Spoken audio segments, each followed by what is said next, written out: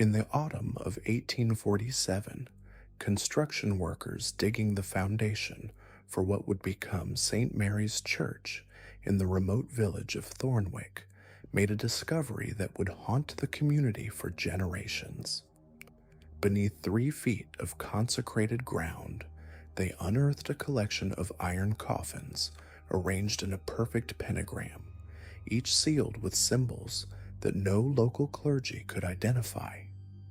Inside these coffins, they found not bodies, but collections of personal belongings, wedding rings, children's toys, family portraits, all meticulously preserved as if waiting for their owners to return. The strangest detail was a leather-bound ledger found at the center, filled with entries written in multiple hands, documenting transactions that defied explanation.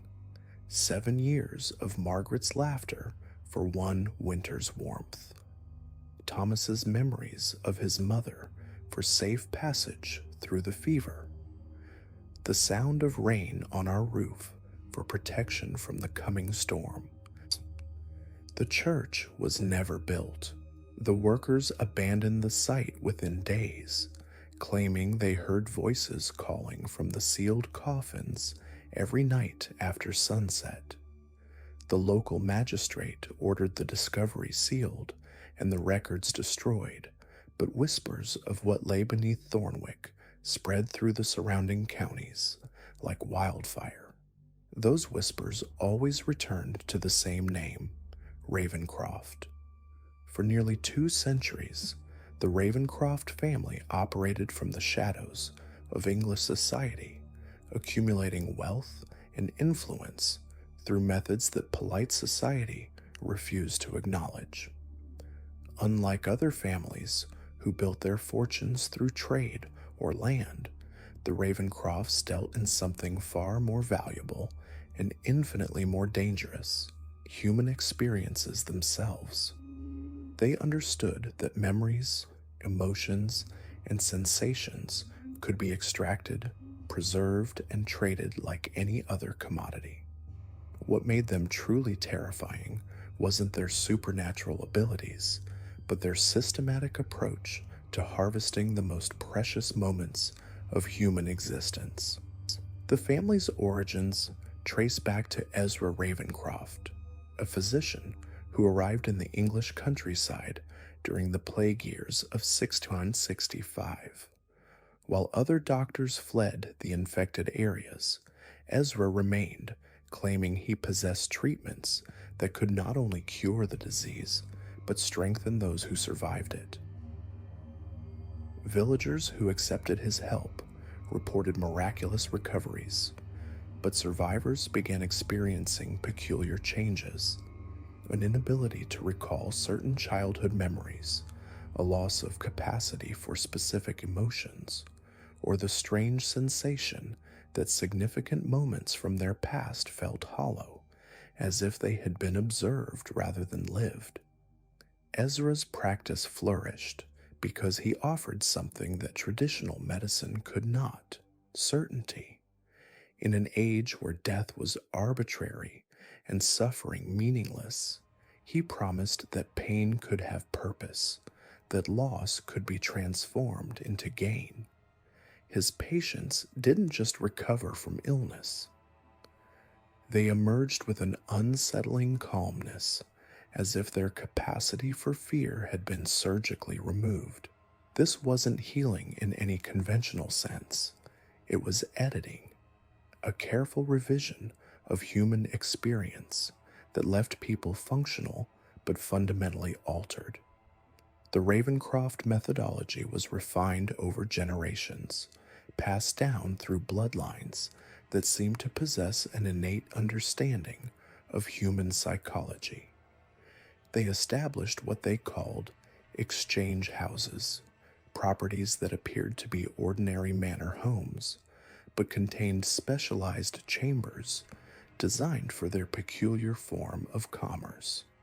These rooms were constructed with precise acoustic properties, furnished with mirrors positioned at specific angles, and maintained at temperatures that seemed to encourage a particular state of consciousness in their occupants. The family's clientele came from all levels of society: aristocrats seeking to forget shameful scandals, merchants hoping to trade their fear of financial ruin for unshakable confidence, mothers wanting to exchange the pain of losing a child for the ability to love their remaining children more fully. The Ravencrofts never advertised their services. Instead, they cultivated networks of influence that ensured desperate people would eventually find their way to the right doors. What distinguished the Ravencroft approach from simple manipulation was their understanding that human experiences existed in layers. Surface emotions could be temporarily suppressed, but deeper psychological structures required more invasive intervention.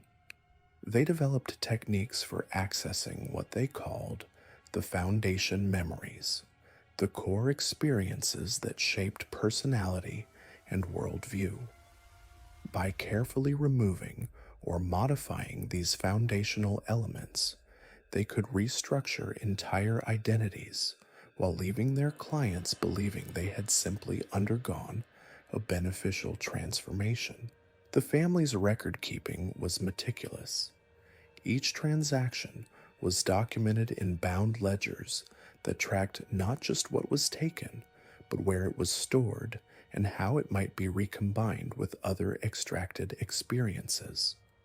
They maintained vast libraries of preserved memories, emotions, and sensations, organized by intensity, duration, and emotional resonance. These collections became the foundation of their power, a repository of human experience that could be accessed, studied, and redistributed according to their needs. By the early 1700s, the Ravencroft influence had spread throughout England and into continental Europe. They established branch operations in major cities, always disguised as legitimate businesses, private medical practices, exclusive clubs, or charitable organizations. Their agents moved through high society, identifying individuals whose experiences might be valuable and creating circumstances that would drive them towards seeking Ravencroft's services.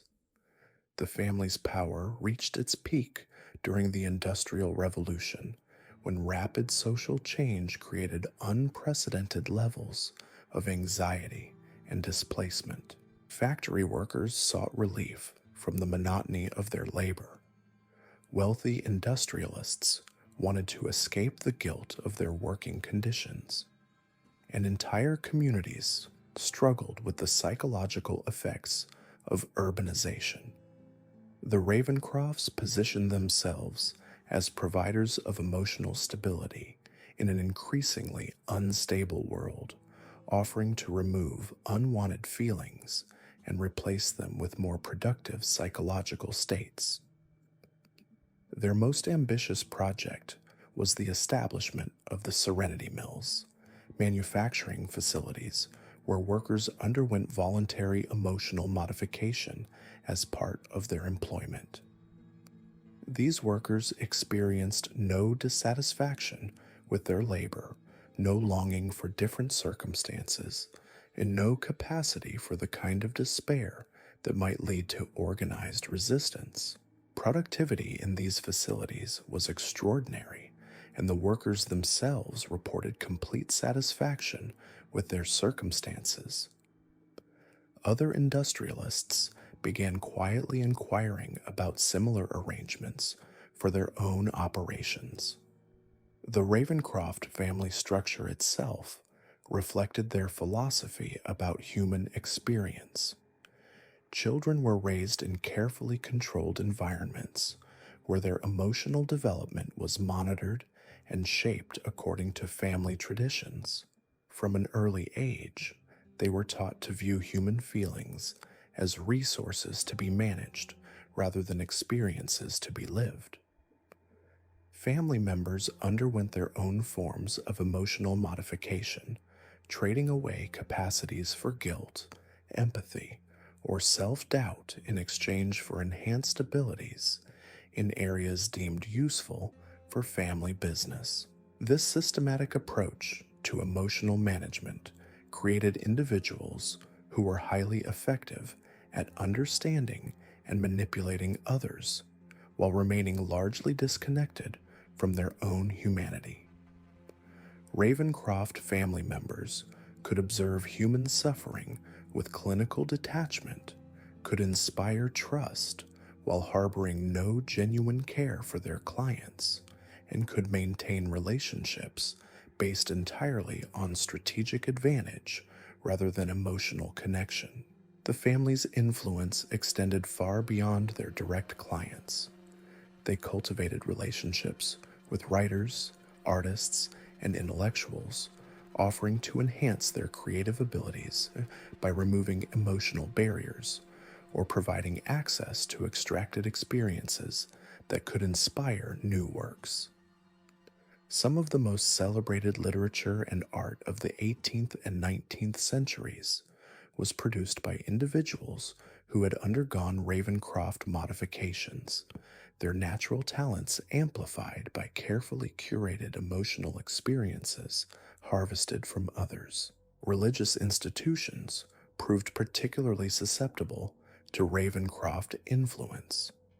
The family offered to help clergy overcome personal struggles that might interfere with their spiritual duties, removing doubts about faith, eliminating temptations, or providing access to profound spiritual experiences extracted from genuine mystics. Entire denominations gradually shifted toward theological positions that aligned with Ravencroft interests, their leadership having been subtly modified to find certain interpretations of doctrine more compelling than others. The family's political influence was equally extensive, but more carefully concealed. They never sought direct political power, preferring to work through others who had been modified to serve their interests. Government officials who had undergone Ravencroft treatments found themselves naturally inclined toward policies that benefited the family's operations, while maintaining the sincere belief that they were acting according to their own moral convictions. Perhaps most disturbing was the family's approach to children. They established charitable institutions that appeared to provide care for orphans and disadvantaged youth, but these facilities served as testing grounds for their most experimental techniques. Children were particularly valuable subjects because their personalities were still forming, making them ideal candidates for fundamental psychological restructuring. Many of these children were eventually adopted by wealthy families who had paid substantial sums for offspring with specifically modified characteristics, enhanced intelligence, eliminated behavioral problems, or heightened talents in particular areas. The Ravencroft family's practices remained hidden from broader society because they offered something that traditional institutions could not: definitive solutions to human psychological problems. While conventional medicine might treat symptoms and religion might offer comfort, the Ravencrofts provided actual transformation. Their clients didn't just feel better, they became fundamentally different people, freed from whatever psychological burdens had driven them to seek help. This effectiveness created a form of institutional protection around the family. Their clients included judges, politicians, wealthy merchants, and influential clergy, individuals who had undergone modifications that made them naturally inclined to protect Ravencroft interests. Even those who might have moral objections to the family's methods found themselves unable to act against people who had provided them with such profound personal benefits. The family's operations expanded throughout the 19th century, adapting to changing social conditions while maintaining their core focus on psychological manipulation. They established training programs for individuals who showed aptitude for their techniques, creating a network of practitioners who could extend their influence without direct family involvement. These trained operatives worked in hospitals, schools, and social organizations, identifying suitable candidates and providing preliminary services while referring more complex cases to family members. By the 1850s, the Ravencroft network had evolved into something resembling a shadow government, operating parallel to legitimate institutions while maintaining complete deniability. Their most sophisticated operation was the establishment of what they called memory gardens, private estates where wealthy clients could spend extended periods undergoing comprehensive psychological renovation.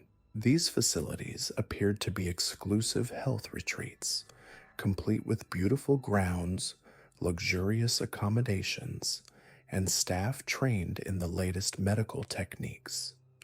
In reality, they were laboratories where human consciousness could be systematically deconstructed and rebuilt according to client specifications. The memory gardens attracted Europe's elite, aristocrats struggling with inherited mental instabilities, merchants seeking to overcome crippling anxieties about financial risk, and politicians hoping to eliminate inconvenient moral qualms about their decisions.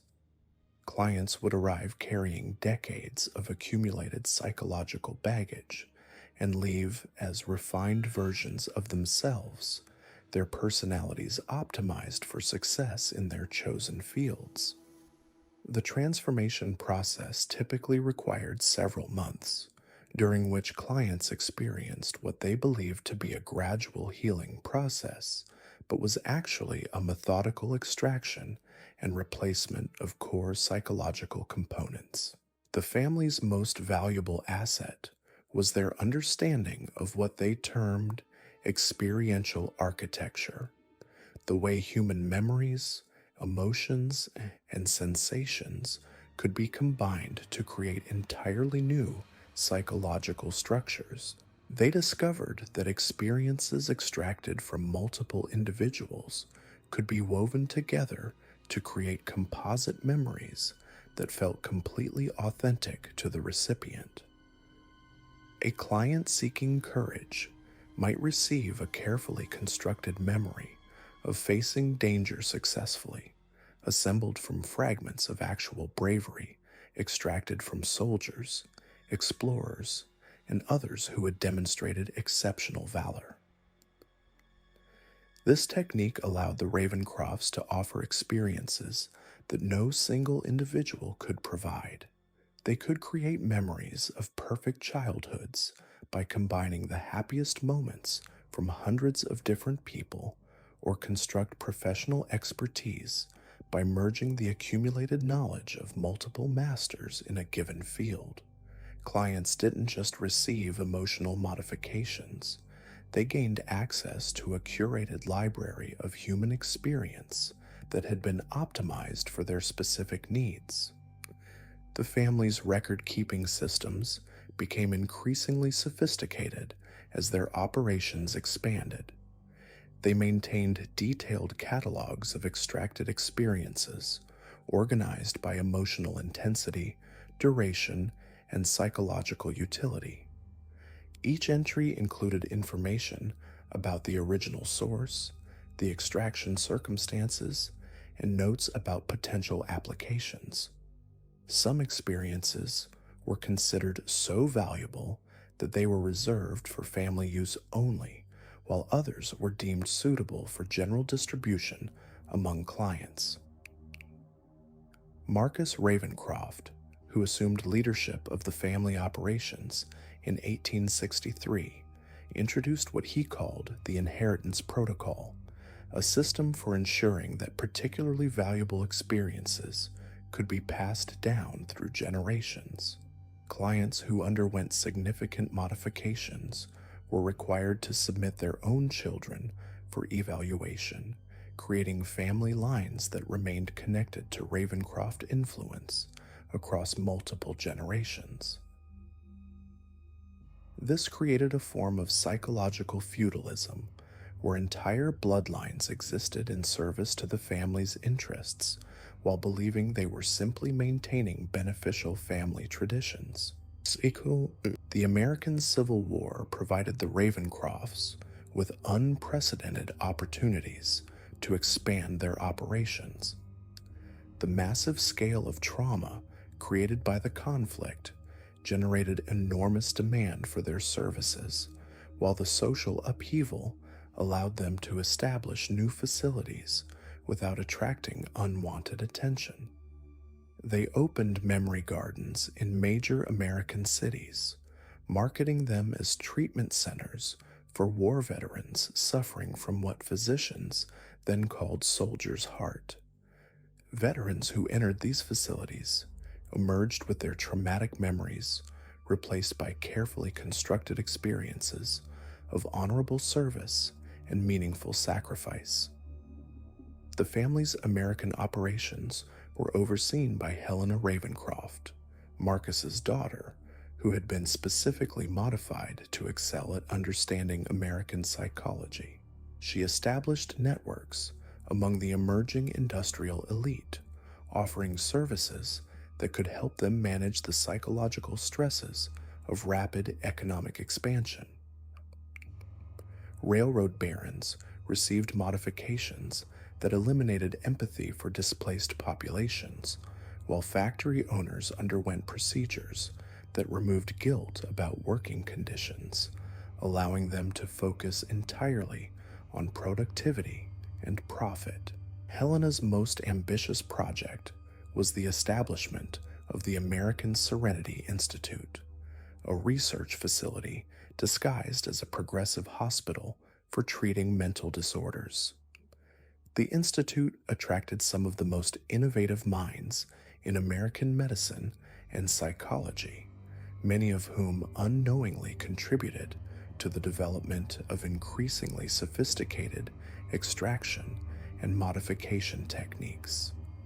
The facility's published research on mental health treatment earned international recognition, while its classified projects explored the boundaries of human psychological manipulation. The Institute's patient population included individuals from all social classes, creating a diverse laboratory for testing new techniques. Wealthy clients paid substantial fees for premium modifications, while charity cases provided test subjects for experimental procedures. The most promising techniques were refined through extensive testing before being offered to paying clients, ensuring that the family's services remained both effective and profitable. The Ravencroft family's influence on American society extended far beyond their direct clients. They cultivated relationships with emerging academic institutions, funding research that supported their theoretical framework while suppressing studies that might expose their methods. University psychology departments received generous grants to explore topics that aligned with family interests, while researchers who investigated inconvenient questions found their funding mysteriously withdrawn or their careers inexplicably stalled.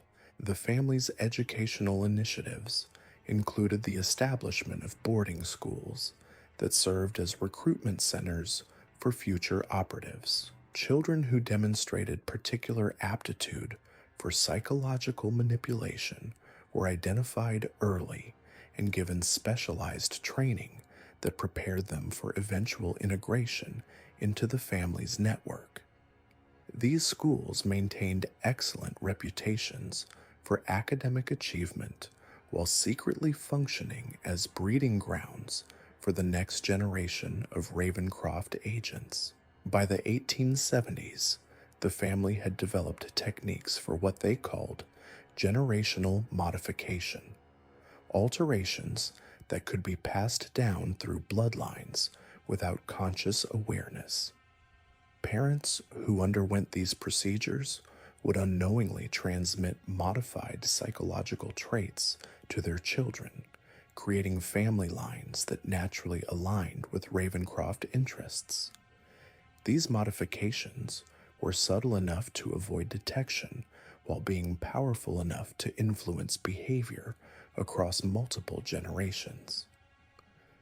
The family's most closely guarded secret was their method for achieving what they termed experiential immortality, the preservation of complete personalities that could be accessed and integrated into living individuals.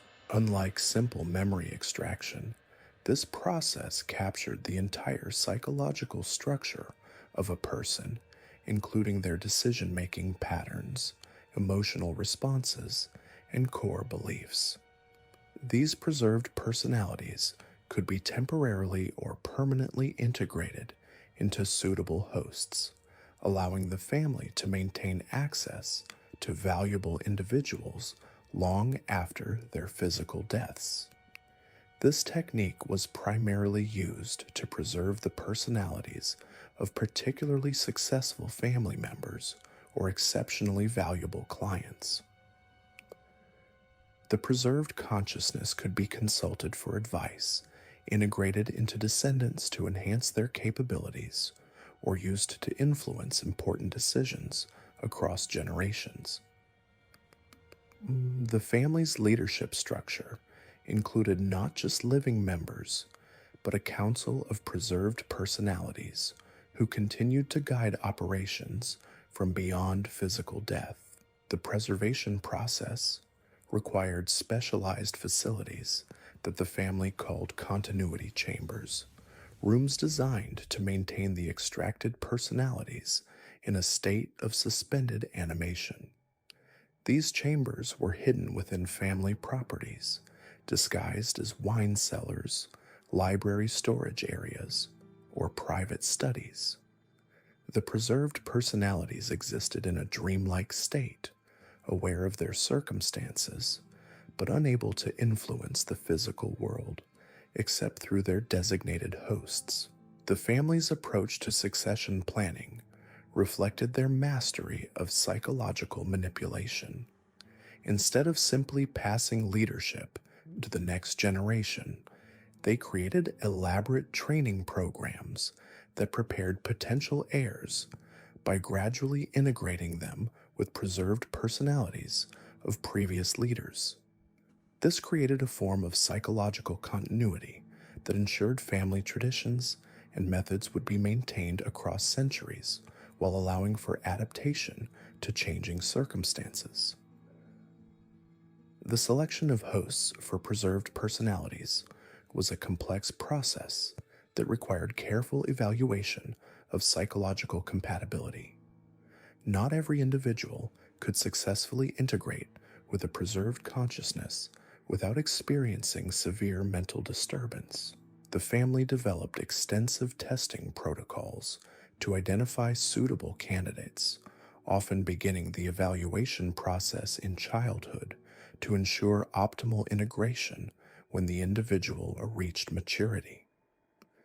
The Ravencroft family's influence on Victorian society was profound but carefully concealed. They shaped public opinion through modified journalists, influenced legislation through altered politicians, and guided cultural development through transformed artists and writers.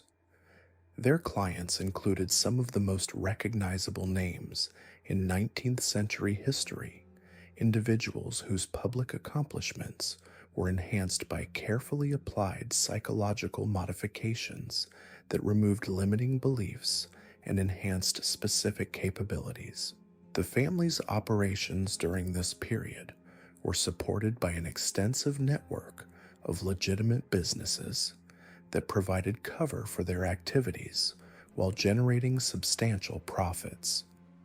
They owned shipping companies that transported extracted experiences between facilities, publishing houses that distributed literature supporting their philosophical framework, and financial institutions that managed the complex economic relationships created by their unique form of commerce.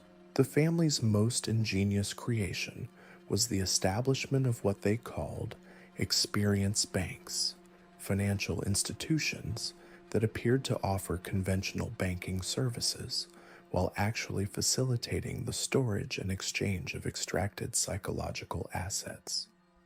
Clients could deposit traumatic memories in exchange for immediate emotional relief, earning interest in the form of enhanced psychological stability. They could withdraw positive experiences during difficult periods, or transfer beneficial traits to family members through specialized inheritance accounts. These institutions operated with the same legitimacy as traditional banks, complete with marble facades, uniformed staff, and official government charters. The clerks who processed transactions had undergone modifications that eliminated their capacity for moral judgment about the nature of their work, allowing them to treat human experiences with the same professional detachment typically reserved for monetary deposits. Account holders received ornate ledgers that tracked their psychological assets with the same precision used for financial investments. The experience banks attracted clients who might never have considered direct psychological modification, but found the banking metaphor reassuring and familiar. Wealthy merchants could deposit their fear of economic uncertainty and withdraw confidence during important negotiations. Grieving parents could store their overwhelming sorrow while accessing carefully curated memories of joy when they needed to function in social situations. The system created a form of emotional capitalism where psychological resources could be accumulated, invested, and leveraged for personal advancement. The family's expansion into continental Europe required adaptation to different cultural contexts and psychological frameworks. French operations focused on the artistic and intellectual communities, offering modifications that could enhance creative abilities while removing the self-doubt that often hindered artistic expression. German facilities specialized in serving the emerging industrial class, providing psychological modifications that increased tolerance for regimented work environments while eliminating desires for individual expression that might disrupt efficient production. Russian operations proved particularly challenging due to the complex relationship between orthodox spirituality and psychological modification. The family established facilities disguised as monastic retreat centers where clients could undergo what appeared to be intensive spiritual counseling while actually receiving sophisticated psychological restructuring. These facilities attracted members of the aristocracy who sought relief from the existential despair that plagued Russian high society, offering them carefully constructed spiritual experiences that provided meaning without requiring genuine faith. The family's most ambitious European project was the establishment of the Continental Harmony Institute in Vienna, a research facility that attracted some of the most brilliant minds in psychology and philosophy. The Institute's public mission was to develop new approaches to mental health treatment, but its classified research explored the fundamental nature of human consciousness and the possibilities for systematic psychological enhancement. The facility's library contained the most comprehensive collection of extracted experiences in the family's network, organized according to philosophical and psychological principles that guided their application. The Institute's research program included extensive studies of what the family termed collective consciousness modification, techniques for altering the psychological characteristics of entire populations through carefully orchestrated interventions. They discovered that by modifying key individuals within social networks, they could influence the behavior and beliefs of much larger groups. A few altered professors could reshape academic discourse, while modified clergy could gradually shift religious doctrine in directions that supported family interests. These population-level interventions required careful coordination and long-term planning. The family developed sophisticated models for predicting how psychological modifications would spread through social networks, taking into account factors like social class, educational level, and cultural background. They could introduce specific ideas or emotional responses into a population and track their propagation across generations, making adjustments as necessary to achieve desired outcomes. The family's influence on European politics during this period was exercised through what they called the Stability Protocol, a systematic program for identifying and modifying individuals whose psychological instability might threaten social order. Political radicals, revolutionary thinkers, and social reformers were targeted for interventions that redirected their passionate convictions toward less disruptive channels. A potential revolutionary might undergo modifications that transformed their desire for social change into enthusiasm for charitable work, while maintaining their sense of moral purpose. The protocol's most sophisticated application involved the creation of what the family termed ideological buffers, modified individuals who could absorb and neutralize dangerous political ideas before they spread to broader populations. These individuals appeared to be sympathetic to radical causes while actually serving to identify and redirect potentially disruptive movements. They could engage with revolutionary groups, gain their trust, and gradually influence them toward more moderate positions without anyone recognizing the manipulation. The family's educational initiatives expanded significantly during this period, with the establishment of specialized schools that served as recruitment centers for future operatives. These institutions maintained excellent reputations for academic achievement while secretly identifying and training children who showed aptitude for psychological manipulation. Students who demonstrated particular promise were gradually introduced to family methods, beginning with simple exercises in emotional observation and progressing to more sophisticated techniques of psychological influence. The school curriculum included extensive training in what the family called empathic mimicry, the ability to understand and replicate the emotional states of others without actually experiencing those emotions themselves. Students learned to recognize subtle psychological cues, to project desired emotional responses, and to maintain emotional detachment while appearing deeply engaged. Those skills were presented as valuable tools for success in any field, while their more sinister applications were revealed only to the most promising candidates. Advanced students participated in what were described as social psychology experiments, but were actually practical training in psychological manipulation.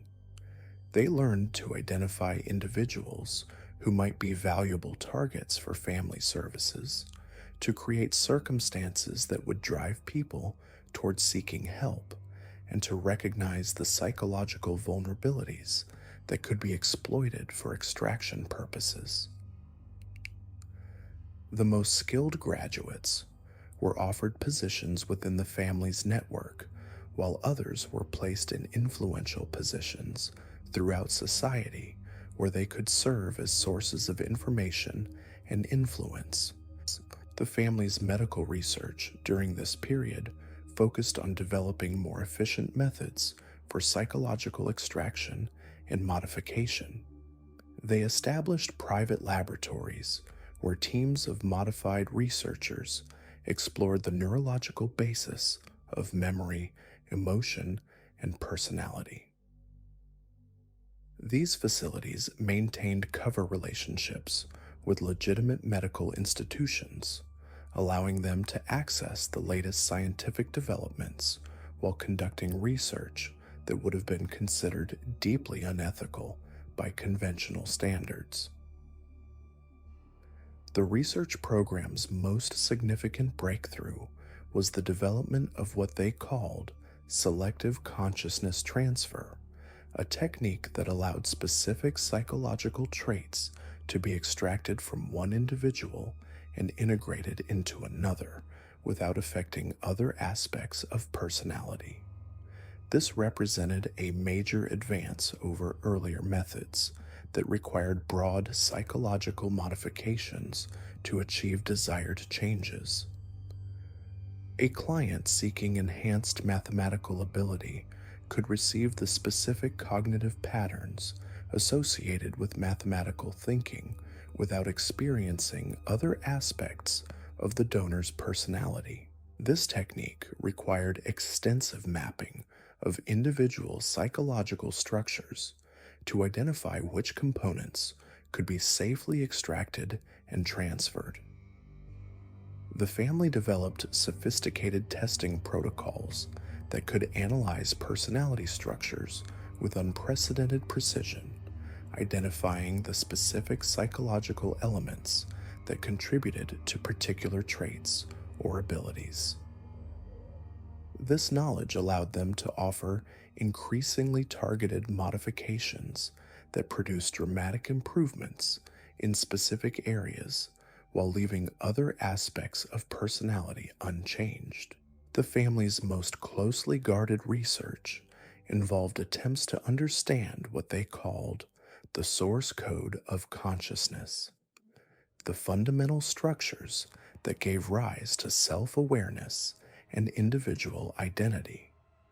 They believed that by understanding these basic principles, they could develop techniques for creating entirely artificial personalities that could be integrated into suitable hosts.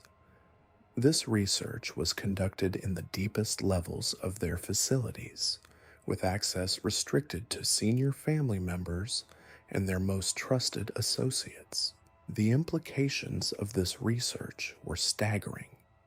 If successful, it would allow the family to create customized personalities for specific purposes, whether enhancing their own capabilities or developing individuals who could serve particular functions within their network. They could potentially create perfect spies, completely loyal servants, or individuals optimized for specific types of psychological manipulation. The research was highly theoretical and extremely dangerous, with several researchers suffering severe psychological damage from their experiments. The family's expansion into Asia required even more extensive adaptation to different cultural and psychological frameworks. Chinese operations focused on the merchant classes, offering modifications that could enhance business acumen while removing emotional attachments that might interfere with profitable decisions.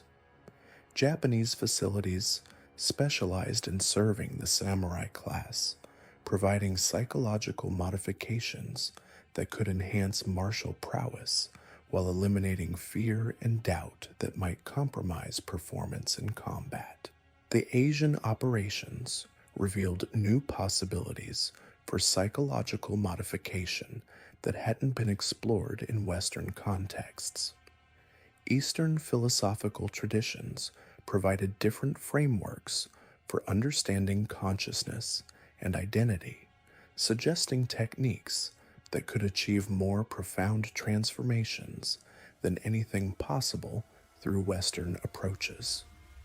The family began incorporating these insights into their methodology, developing hybrid techniques that combined Eastern and Western understanding of psychological manipulation.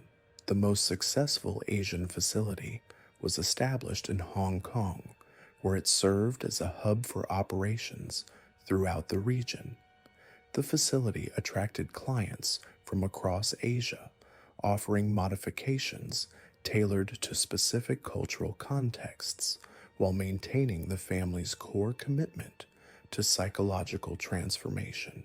The Hong Kong operation became a laboratory for developing techniques that could be adapted to different cultural frameworks, providing insights that enhanced the family's global operations. The family's influence on Asian societies was exercised through carefully cultivated relationships with local power structures. They identified key individuals within governmental, religious, and commercial hierarchies who could be modified to serve family interests while maintaining their positions of authority.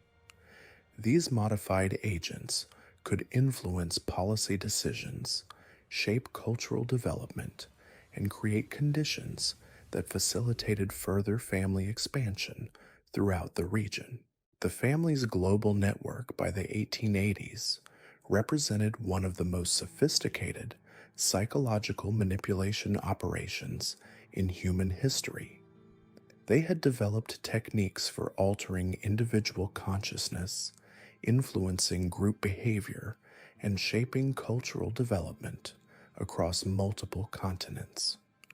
Their clients included some of the most powerful and influential individuals of their era, while their agents operated at every level of society, from street-level informants to heads of state. The coordination of these global operations required unprecedented levels of communication and planning. The family developed encrypted communication systems that allowed secure coordination between facilities separated by thousands of miles. They established regular conferences where senior operatives could share new techniques and coordinate responses to emerging challenges. The family's leadership structure evolved to accommodate global operations, with regional directors reporting to a central council that maintained overall strategic direction. The family's success created new challenges as their influence became so extensive that they risked exposure through their very ubiquity. They had modified so many individuals and influenced so many institutions that patterns were beginning to emerge that might alert perceptive observers to their existence. The family began developing what they called obscuration protocols, systematic methods for concealing their influence while maintaining operational effectiveness. These protocols involved creating false trails that would mislead investigators, establishing competing explanations for phenomena that might otherwise point to family involvement, and developing contingency plans for managing exposure if their operations were discovered. The family also began selecting certain operations for deliberate termination, eliminating evidence, and removing modified individuals who might represent security risks. The family's approach to managing their own members became increasingly sophisticated as their operations expanded. They developed comprehensive modification protocols for family members that enhanced their capabilities while ensuring absolute loyalty to family interests. These modifications were more extensive than anything offered to clients, involving fundamental alterations to personality structures that eliminated the possibility of betrayal or defection. Senior family members underwent what they called optimization procedures, extensive modifications that enhanced their intelligence, emotional control, and psychological manipulation abilities while removing inconvenient traits like empathy or moral concern. These procedures created individuals who were extraordinarily effective at managing complex operations while remaining completely committed to family objectives. The procedures were irreversible and typically performed during adolescence, ensuring that family members would never experience normal human emotional development. The family's succession planning evolved to incorporate these optimization procedures, creating a leadership structure that maintained continuity across generations while allowing for adaptation to changing circumstances. Each generation of leaders was more psychologically sophisticated than the previous one, with enhanced abilities that reflected the family's accumulated knowledge and experience. The optimization procedures also included elements that connected new leaders to the preserved personalities of previous generations, maintaining institutional memory while allowing for innovation. The family's influence on late 19th century society was exercised through what they called the cultivation strategy, a systematic approach to shaping cultural development through carefully placed individuals and institutions. They identified emerging trends in art, literature, science, and politics that aligned with their interests and provided support that would accelerate their development. They also identified trends that might threaten their operations and worked to redirect or suppress them before they could gain momentum. The strategy's most ambitious application involved the systematic modification of educational institutions to produce graduates who would naturally support family interests. They placed modified administrators in key positions, influenced curriculum development to emphasize psychological theories that supported their methodology, and identified promising students for recruitment into their network. Over time, entire academic disciplines were subtly shaped to align with family perspectives on human psychology and social organization. The family's influence on religious institutions continued to expand through what they called the Spiritual Guidance Protocol, a systematic program for modifying religious leaders to promote theological interpretations that supported family interests. Modified clergy would gradually shift their teachings toward perspectives that emphasized psychological transformation, individual optimization, and the value of expert guidance in achieving spiritual development. These changes were subtle enough to avoid detection while being powerful enough to influence entire denominations over time. The protocol's most sophisticated application involved the creation of new religious movements that incorporated family methodology into their spiritual practices. These movements appeared to offer genuine spiritual development while actually serving as recruitment centers for family operations. Members would undergo what they believed to be spiritual transformation while actually receiving psychological modifications that aligned them with family interests. The most promising members would be gradually introduced to deeper levels of involvement, eventually becoming operatives within the family's network. The family's most disturbing innovation during this period was the development of what they termed hereditary imprinting, a technique for embedding psychological modifications so deeply into an individual's consciousness that they would be passed down through bloodlines without conscious awareness. Unlike their earlier generational modification methods, which required direct intervention with each generation, hereditary imprinting created self-perpetuating psychological alterations that would influence descendants for centuries. The process required extensive preparation, beginning with detailed psychological mapping of the target individual's family history stretching back multiple generations. The family's researchers would identify recurring psychological patterns, inherited strengths and weaknesses, and the specific neural pathways that seem to govern trait transmission. This information was used to design modifications that would integrate seamlessly with existing hereditary patterns while introducing desired alterations that would strengthen with each subsequent generation. The imprinting process itself took place in specially constructed chambers that the family called genetic theaters, rooms designed to facilitate the deepest possible psychological intervention. These facilities were hidden within the family's most secure properties, accessible only to senior members who had undergone extensive preparation for working with hereditary modification techniques.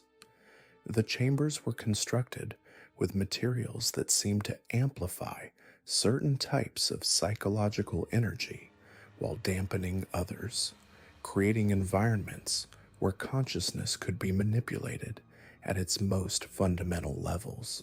Clients who underwent hereditary imprinting experienced what appeared to be a profound spiritual transformation, reporting sensations of connection to ancestral wisdom and future generations. In reality, they were experiencing the integration of carefully designed psychological structures that would influence not only their own behavior, but the development of their descendants. The modifications were designed to strengthen over time, becoming more pronounced in each subsequent generation, until entire family lines existed primarily to serve Ravencroft interests. The family's research into hereditary imprinting revealed disturbing possibilities about the nature of human consciousness and genetic inheritance. They discovered that psychological traits could be transmitted through mechanisms that conventional science didn't recognize, suggesting that consciousness itself might be more malleable and transferable than previously understood. This research was conducted in absolute secrecy, with participants often unaware of the true nature of their involvement. The implications of hereditary imprinting extended far beyond individual psychological modification. The family began developing plans for what they called societal optimization, systematic programs for altering the psychological characteristics of entire populations through carefully orchestrated hereditary modifications. They identified key family lines within different social classes and began implementing modifications that would gradually reshape cultural values and behavioral patterns across generations. The most ambitious application of this research involved the creation of what the family termed psychological bloodlines, family lines that had been so extensively modified that they existed primarily to serve specific functions within the Ravencroft network. These bloodlines were designed to produce individuals with enhanced capabilities, in areas like psychological manipulation, information gathering, or technical expertise, while eliminating traits like independent thinking or moral concern that might interfere with their designated roles. The family's influence on late 19th century scientific development was exercised through their control of key research institutions and their ability to direct funding toward projects that supported their interests. They established private laboratories that appeared to conduct legitimate research while actually developing increasingly sophisticated methods for psychological manipulation. These facilities attracted some of the most brilliant minds of their era, many of whom unknowingly contributed to the advancement of techniques that would be used to manipulate human consciousness. The family's scientific research program included extensive studies of what they called consciousness architecture, the fundamental structures that gave rise to self-awareness and individual identity. They believed that by understanding these basic principles, they could develop techniques for creating entirely artificial personalities that could be integrated into suitable hosts or used to replace existing consciousness structures entirely. This research represented the cutting edge of their psychological manipulation capabilities. The research program's most significant breakthrough was the development of techniques for what they termed consciousness transplantation, the complete transfer of one individual's psychological structure into another person's body. Unlike their earlier methods, which involved extracting specific experiences or traits, consciousness transplantation involved moving entire personalities from one host to another. This technique required extensive preparation and carried significant risks, but successful transplantations created individuals who possessed all the memories, skills, and personality traits of the donor while inhabiting a different physical form.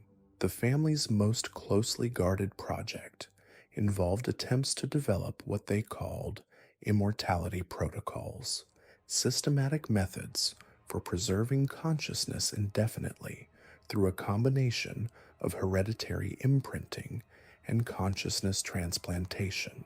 They believed that by carefully designing hereditary modifications and maintaining libraries of preserved personalities, they could create a form of practical immortality that would allow key individuals to influence events across centuries.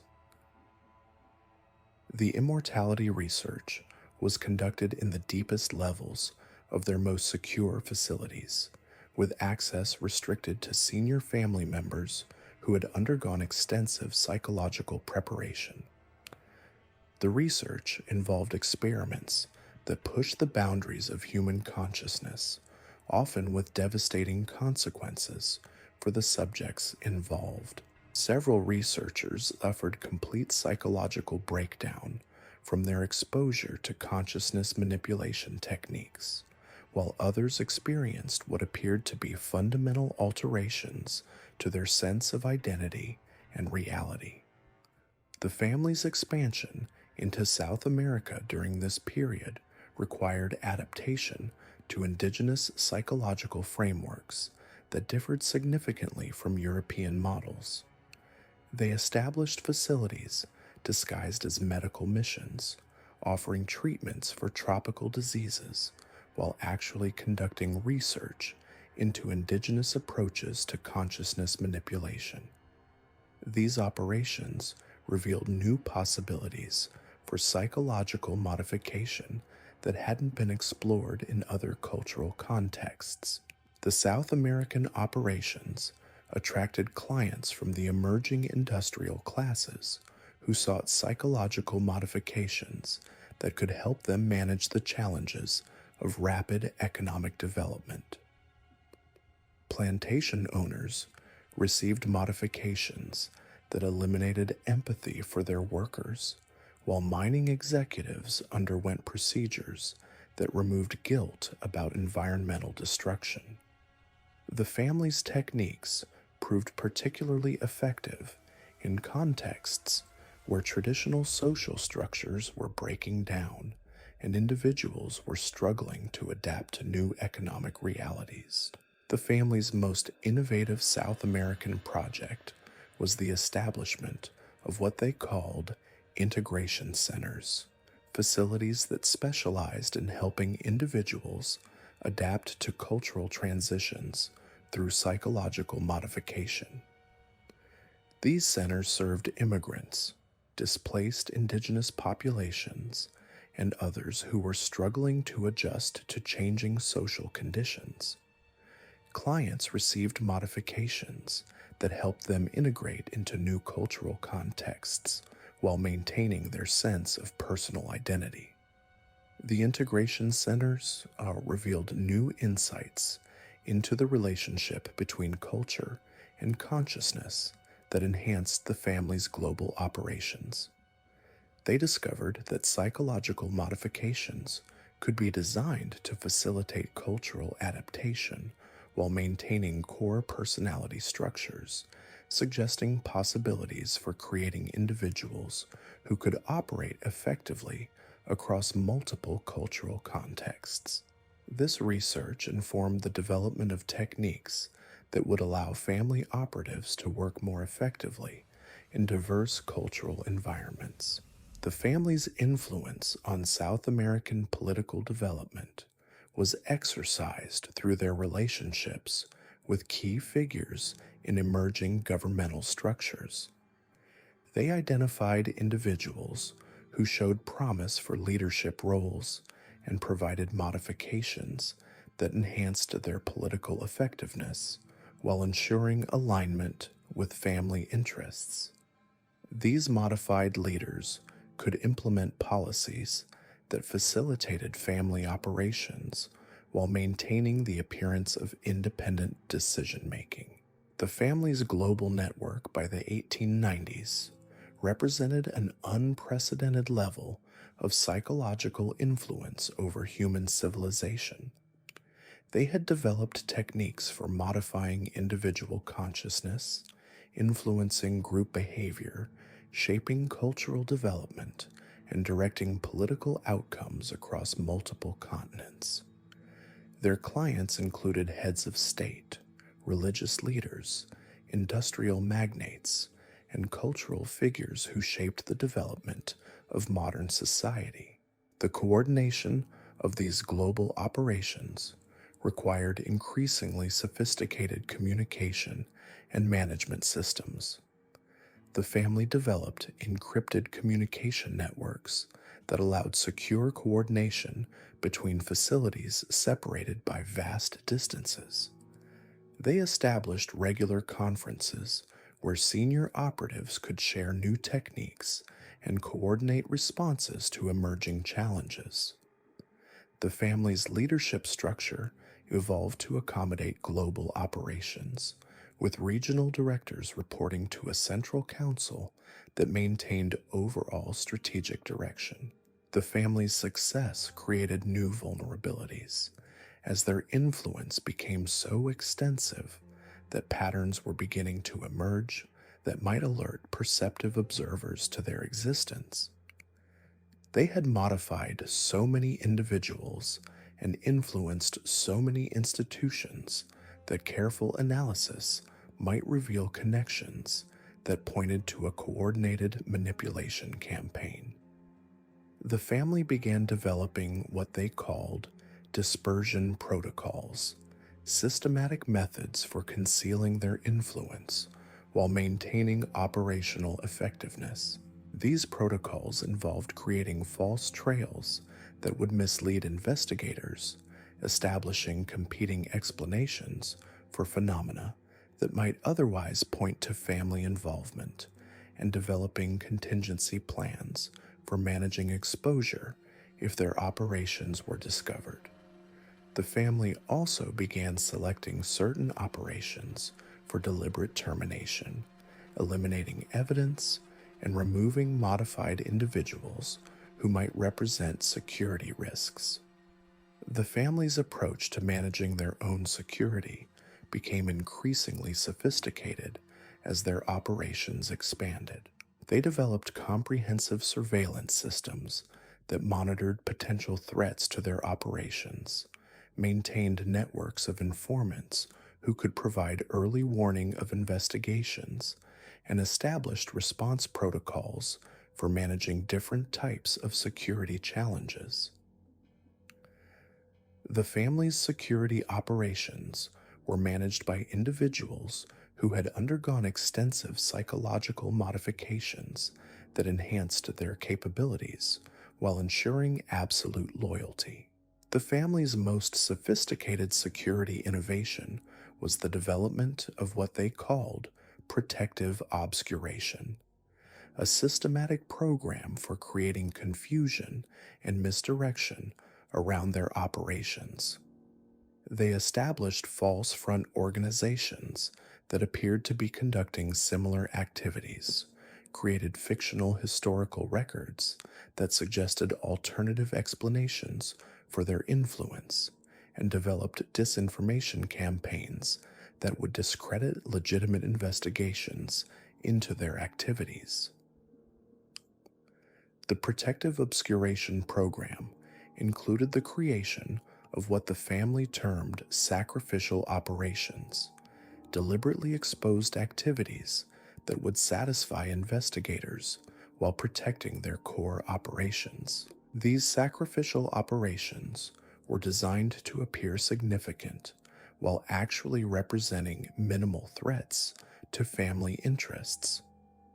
When investigators discovered these operations, they would believe they had uncovered the full extent of the family's activities while missing the vast majority of their actual network. The family's influence on late 19th century cultural development was exercised through their control of key institutions and their ability to shape public opinion through modified individuals in influential positions.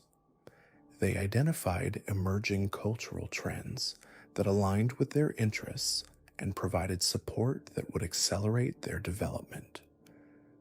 They also identified trends that might threaten their operations and worked to redirect or suppress them before they could gain momentum.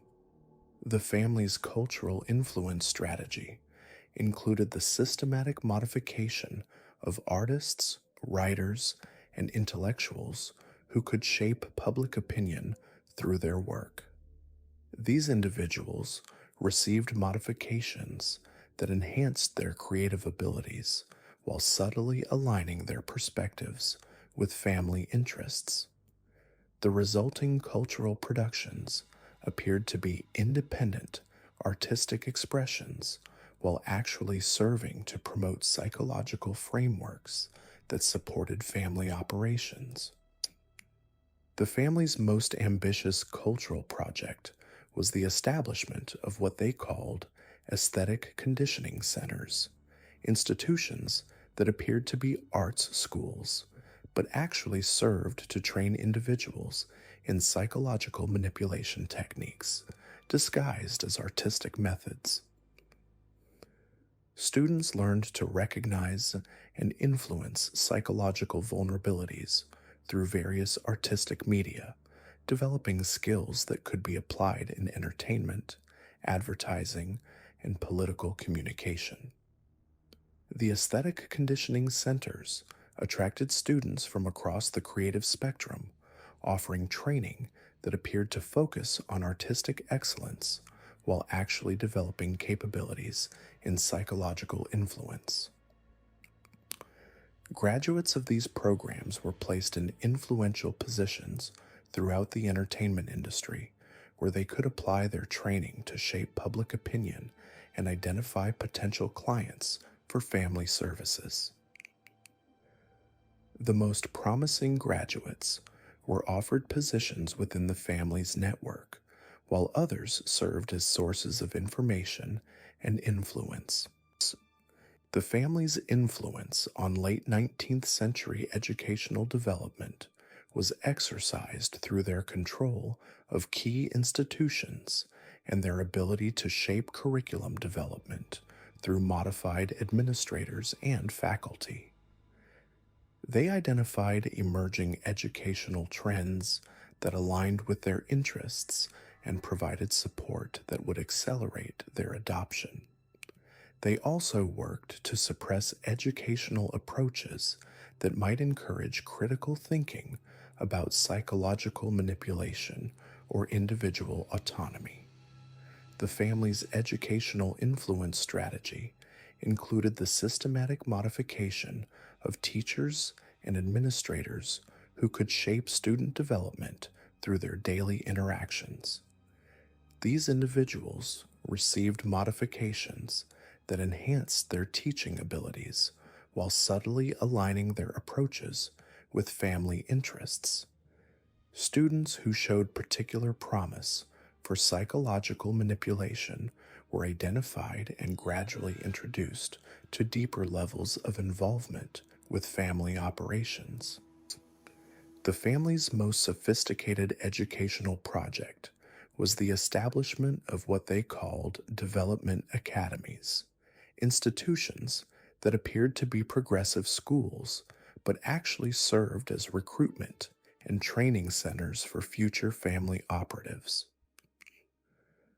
These academies attracted students from wealthy families who sought the best possible education for their children while actually providing training in psychological manipulation techniques disguised as advanced academic subjects. The development academies offered curricula that appeared to focus on intellectual development while actually training students in observation, influence, and psychological analysis.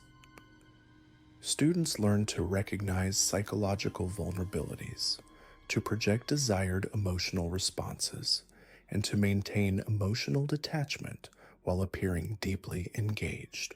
These skills were presented as valuable tools for success in any field, while their more sinister applications were revealed only to the most promising candidates. The family's influence on late 19th century medical development was exercised through their control of key research institutions and their ability to direct funding toward projects that supported their interests. They established private laboratories that appeared to conduct legitimate medical research while actually developing increasingly sophisticated methods for psychological manipulation. These facilities attracted some of the most brilliant medical minds of their era, many of whom unknowingly contributed to the advancement of techniques that would be used to alter human consciousness. The family's medical research program included extensive studies of the neurological basis of memory, emotion, and personality. They developed techniques for identifying the specific brain structures that governed different aspects of consciousness, allowing them to target their modifications with unprecedented precision.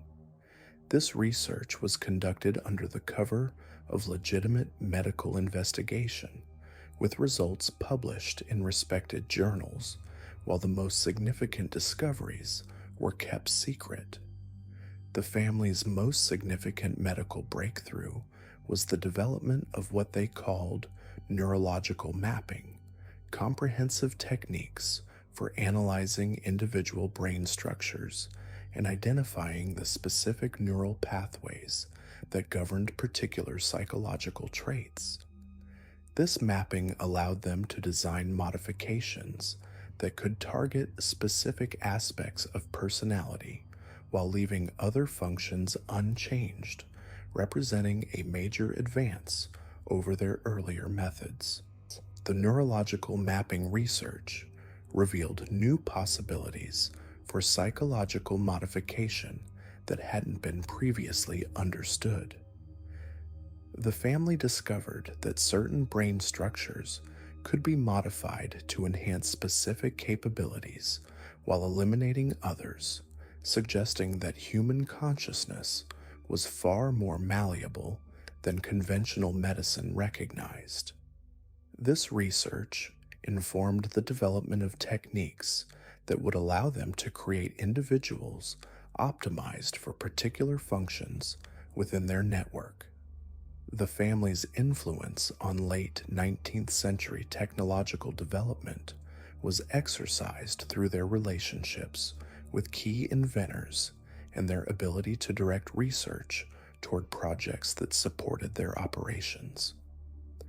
They identified emerging technologies that could enhance their psychological manipulation capabilities and provided funding and support that would accelerate their development.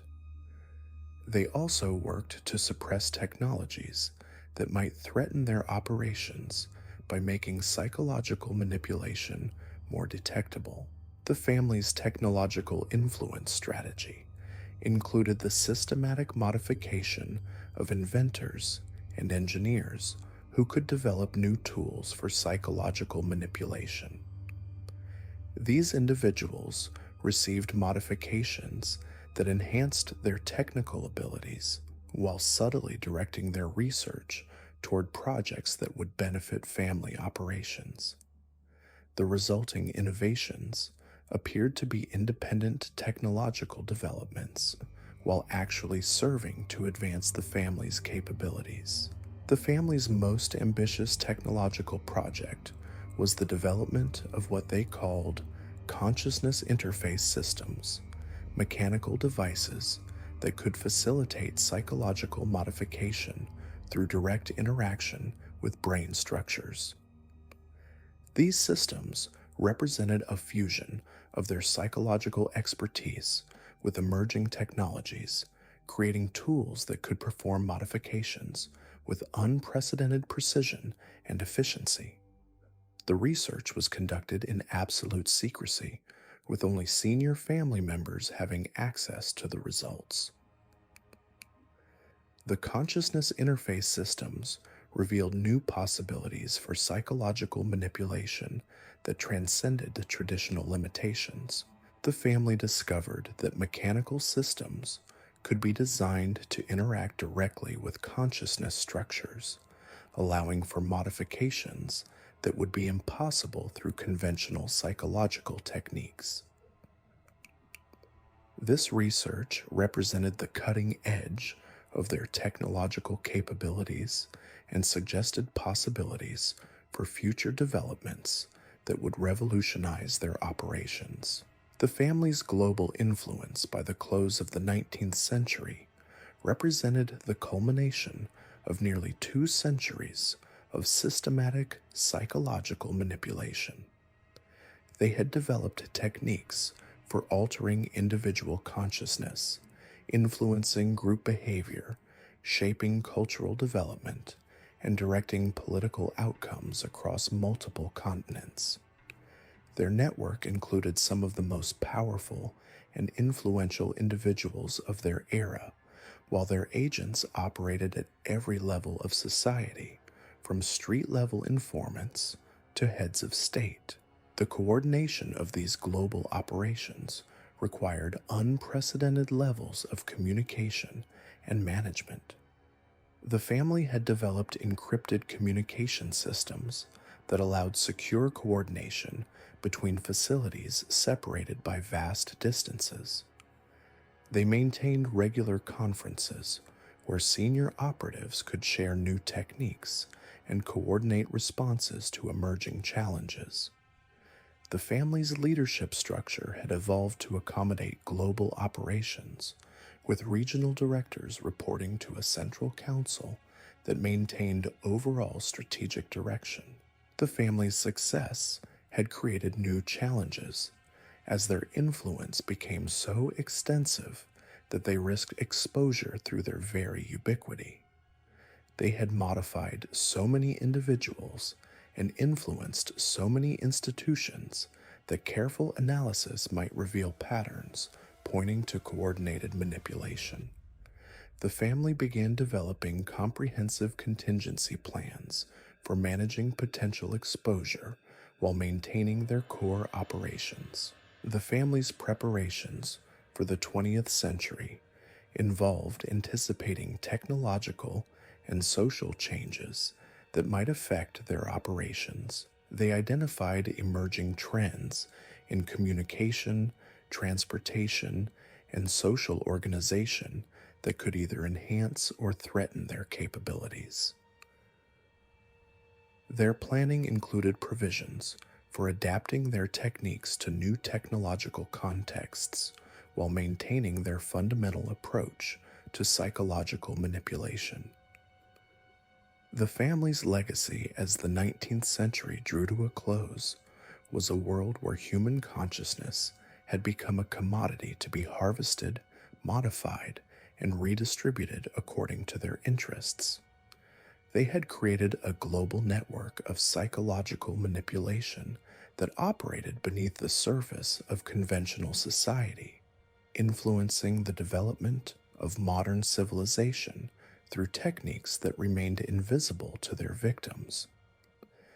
Their methods had evolved from simple extraction and modification to sophisticated systems for reshaping human nature itself. The Ravencroft family's influence on the emerging modern world was exercised through modified individuals who occupied positions of power and influence across every sector of society.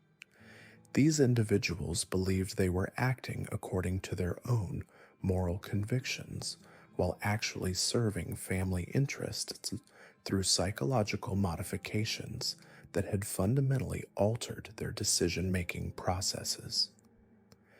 The family's network represented a shadow government that operated parallel to legitimate institutions while maintaining complete deniability.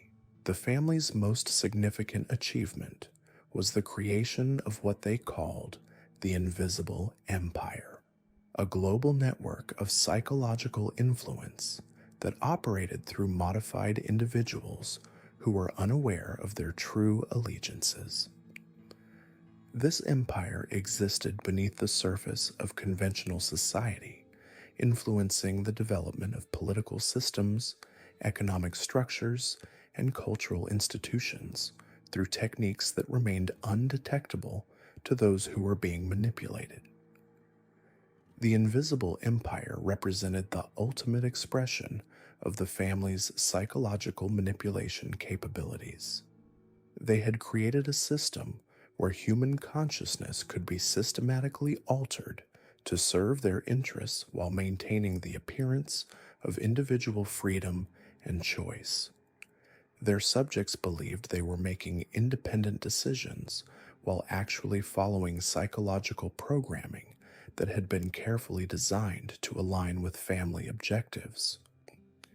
The family's preparations for the new century included the development of what they called evolutionary protocols, systematic plans for adapting their techniques to changing social and technological conditions.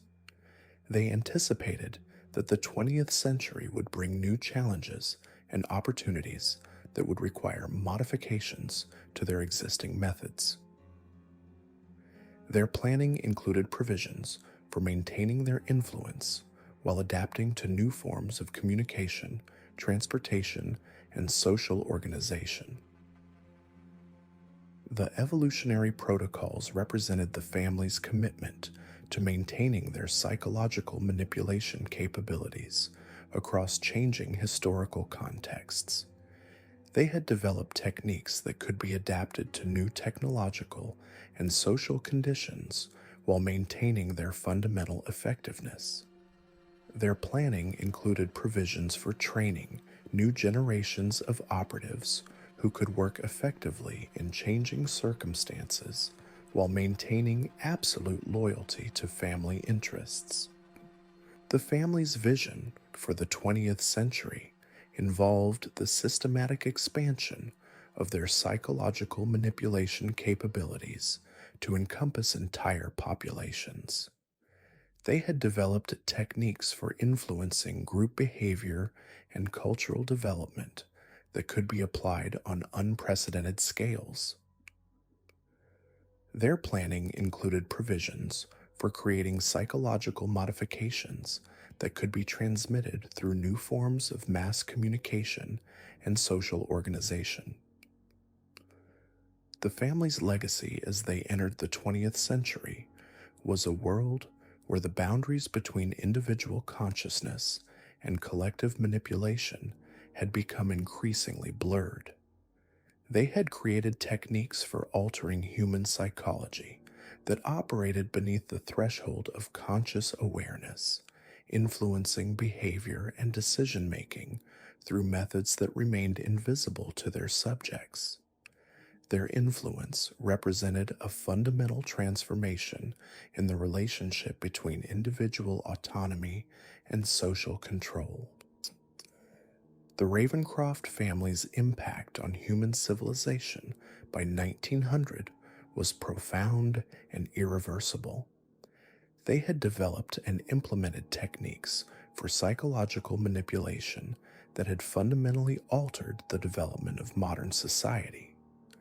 Their influence operated through modified individuals who occupied positions of power and authority across every sector of human activity, creating a network of psychological control that remained hidden from public awareness. The family's techniques had evolved from simple extraction and modification of individual experiences to sophisticated systems for reshaping human consciousness itself. They had created methods for altering memory, emotion, and personality that could be applied to individuals, groups, and entire populations. Their influence represented a new form of power that operated through the manipulation of psychological structures rather than conventional forms of coercion. The family's network by the close of the 19th century represented one of the most sophisticated systems of social control ever developed. They had created techniques for influencing human behavior that operated beneath the threshold of conscious awareness, making detection and resistance extremely difficult. Their methods had been refined through decades of experimentation and application, creating a system of psychological manipulation that was both highly effective and virtually invisible. The family's influence on the development of modern psychology and psychiatry was exercised through their control of key research institutions and their ability to direct funding toward projects that supported their interests. They had established private laboratories that appeared to conduct legitimate research while actually developing increasingly sophisticated methods for psychological manipulation. Their research had contributed to the advancement of techniques that would later be adopted by legitimate medical and psychological institutions. The family's most significant contribution to the development of modern psychology was their research into the fundamental structures of human consciousness. They had developed techniques for analyzing and modifying the basic components of personality, memory, and emotion that would later inform the development of legitimate psychological treatment methods. Their research had revealed possibilities for psychological intervention that conventional psychology was only beginning to explore. The family's influence on the development of modern society extended far beyond their direct psychological manipulation activities. They had shaped the development of educational systems, cultural institutions, and political structures through their network of modified individuals who occupied positions of influence across every sector of human activity. Their impact on the development of modern civilization was profound and largely invisible to those who were being influenced. The family's legacy as they prepared to enter the 20th century, was a world where human consciousness had become subject to systematic manipulation through techniques that remained hidden from public awareness.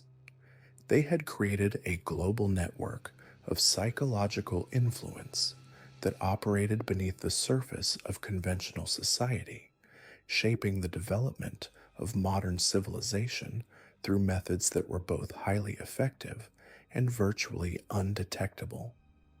The Ravencroft family's preparations for the new century represented the culmination of nearly 2 centuries of systematic development of psychological manipulation techniques. They had created methods for altering human consciousness that could be applied to individuals, groups, and entire populations.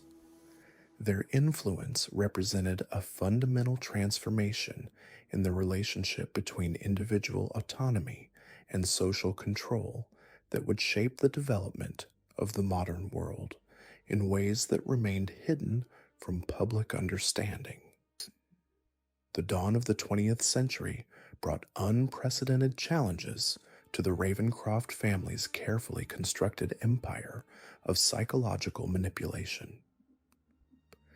The rapid industrialization and urbanization that swept across Europe and America created new opportunities for mass influence, but also introduced variables that threatened their centuries-old methods of control.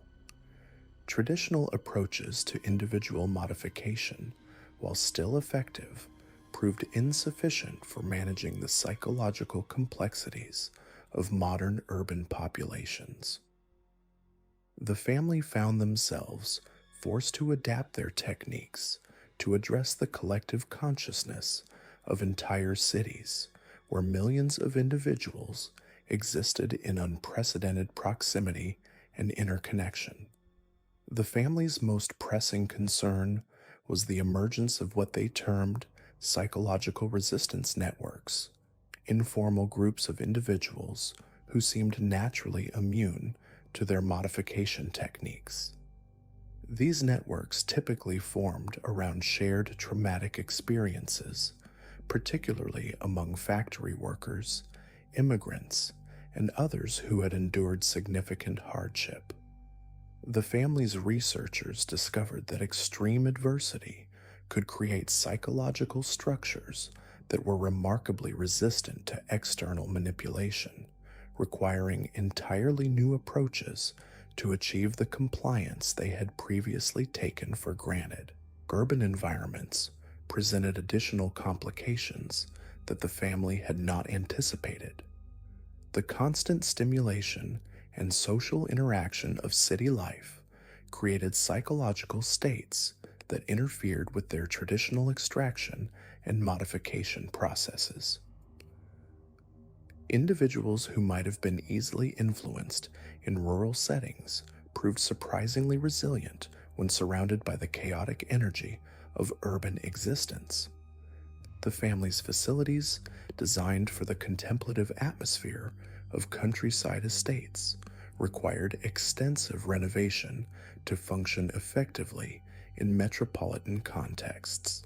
The family's response to these challenges involved the development of what they called environmental conditioning systems, comprehensive approaches to psychological manipulation that took into account the broader social and physical environment in which their subjects lived. Rather than focusing solely on individual modification, they began designing interventions that could influence entire neighborhoods, workplaces, and social networks simultaneously.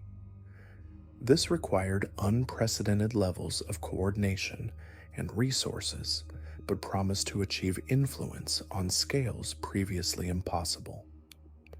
The environmental conditioning systems involved the systematic modification of key individuals within target communities who could serve as psychological amplifiers for desired behavioral changes.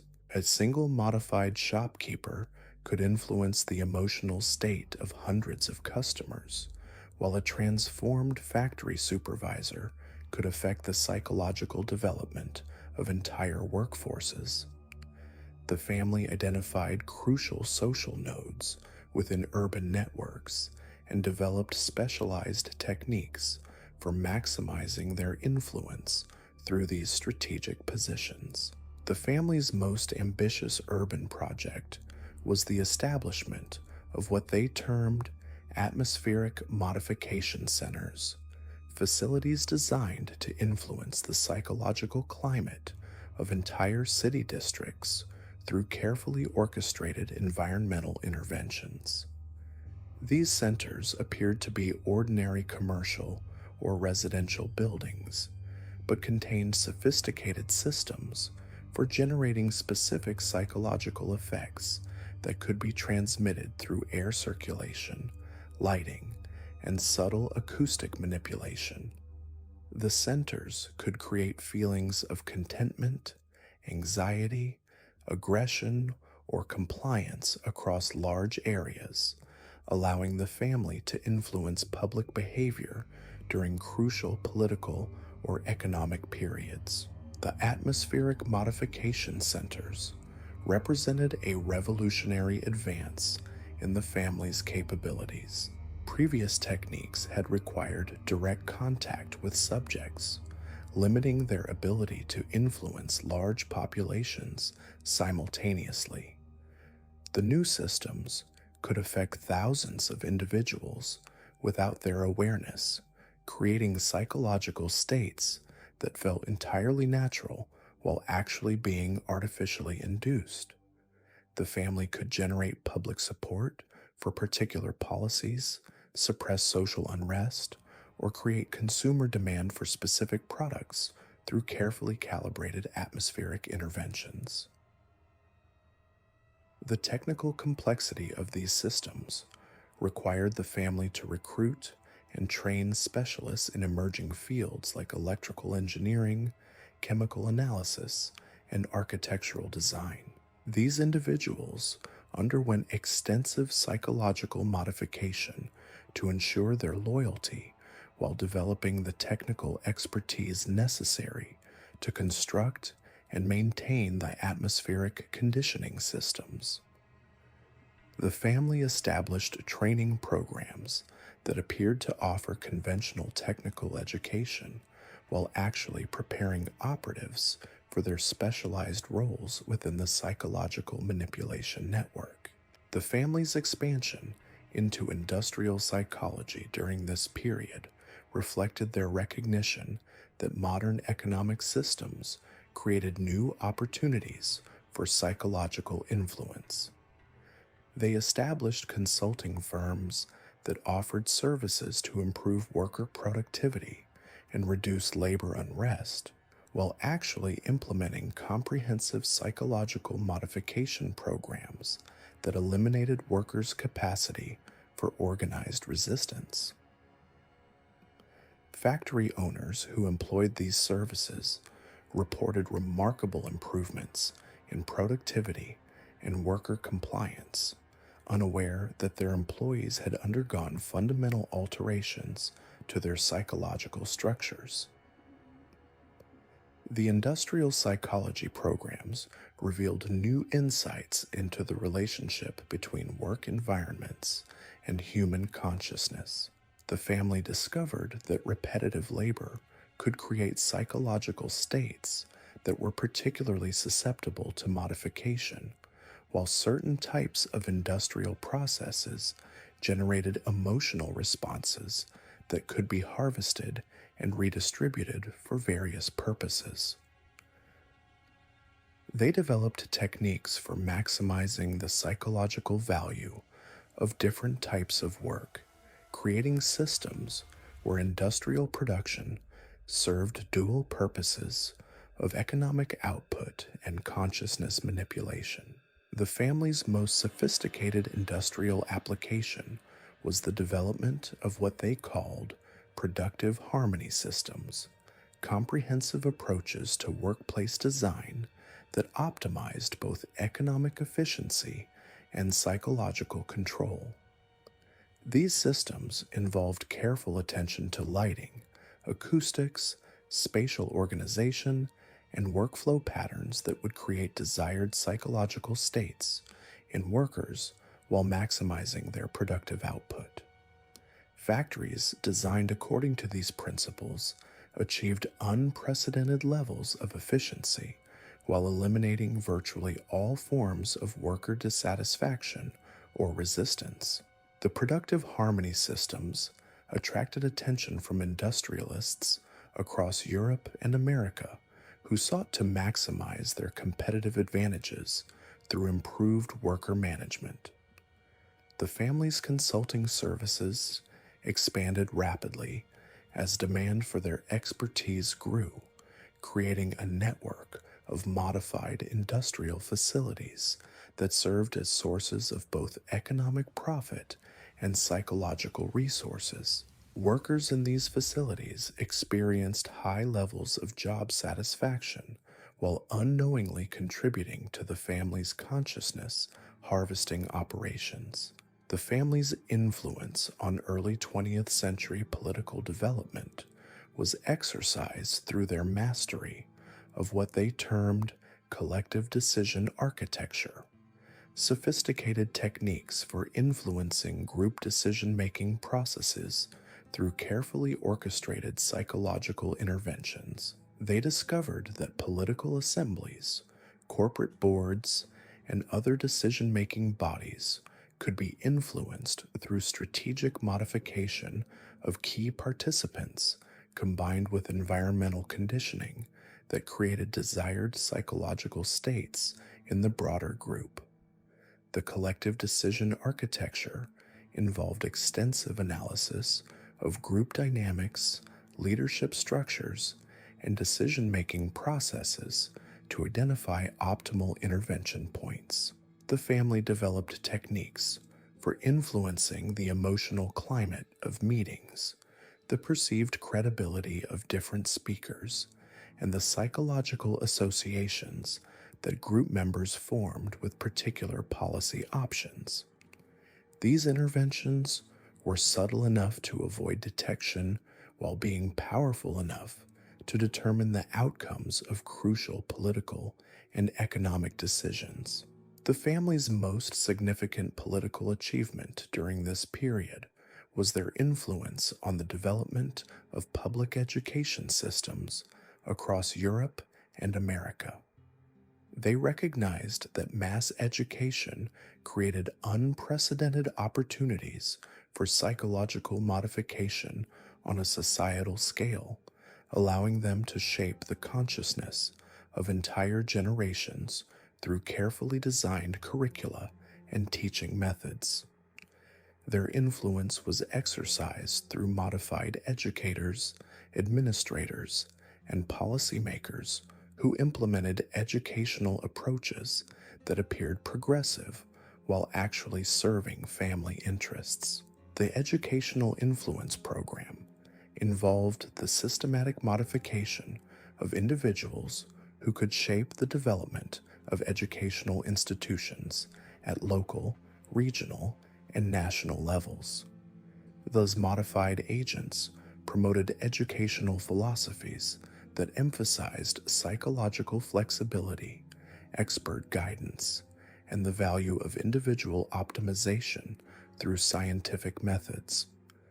Students who emerged from these educational systems possessed enhanced technical capabilities while lacking the critical thinking skills that might lead them to question the psychological manipulation to which they had been subjected.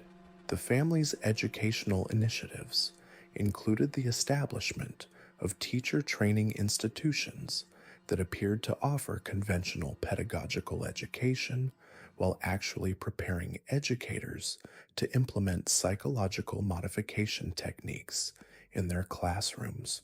These institutions attracted idealistic individuals who sought to improve educational outcomes for children while actually training them to identify and modify students who showed particular promise for recruitment into the family's network. The most promising graduates were offered positions in experimental schools that served as laboratories for developing new educational approaches. The family's influence on early 20th century cultural development was exercised through their control of emerging mass media technologies that could reach unprecedented numbers of people simultaneously.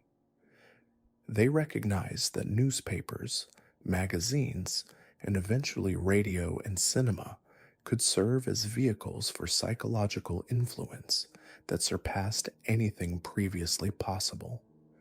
Their investment in these technologies was motivated not by profit potential, but by the opportunity to shape public consciousness on a massive scale. The family's media influence strategy involved the systematic modification of journalists, editors, publishers, and other media professionals who could shape public opinion through their work. These individuals received modifications that enhanced their communication abilities while subtly aligning their perspectives with family interests. The resulting media productions appeared to be independent journalism and entertainment while actually serving to promote psychological frameworks that supported family operations.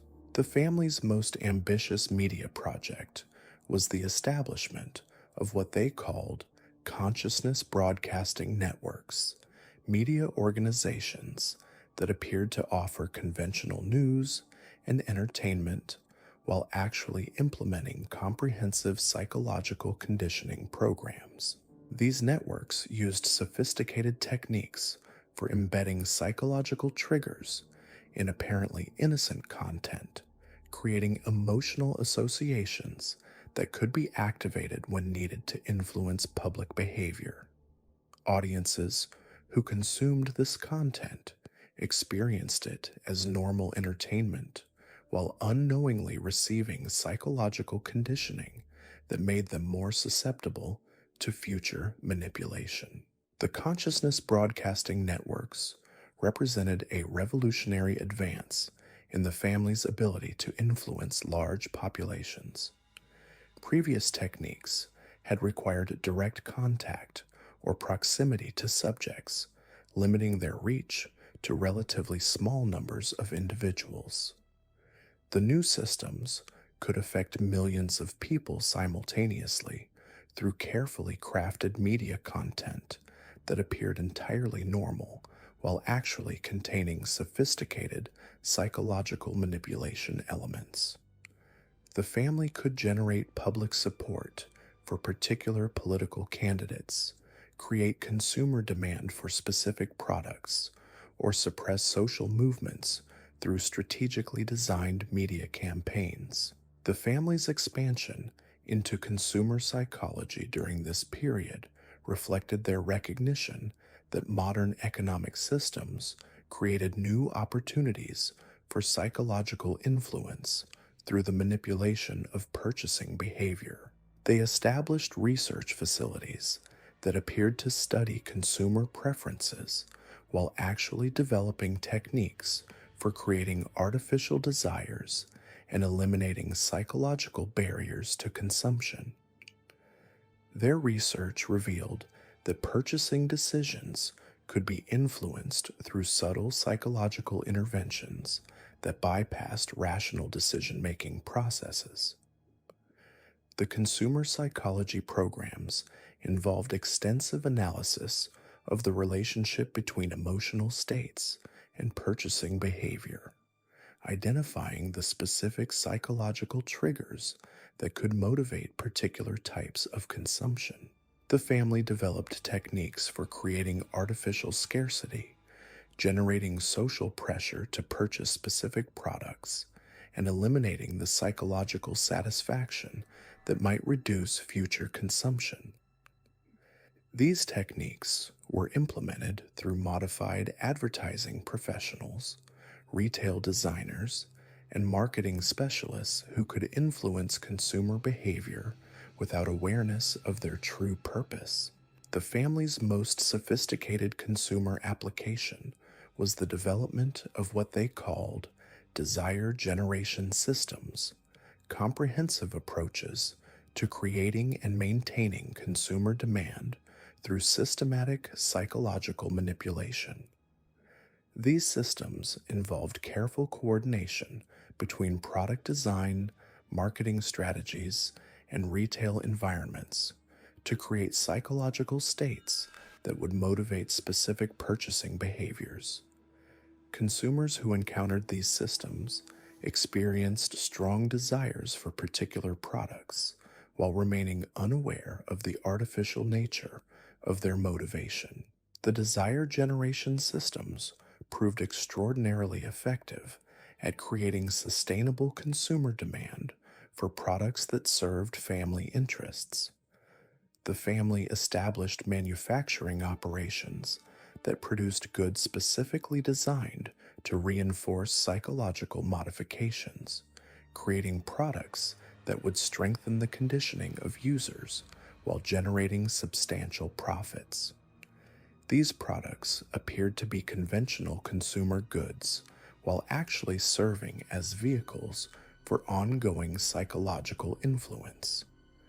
The family's influence on early 20th century scientific development was exercised through their control of key research institutions and their ability to direct funding toward projects that supported their interests.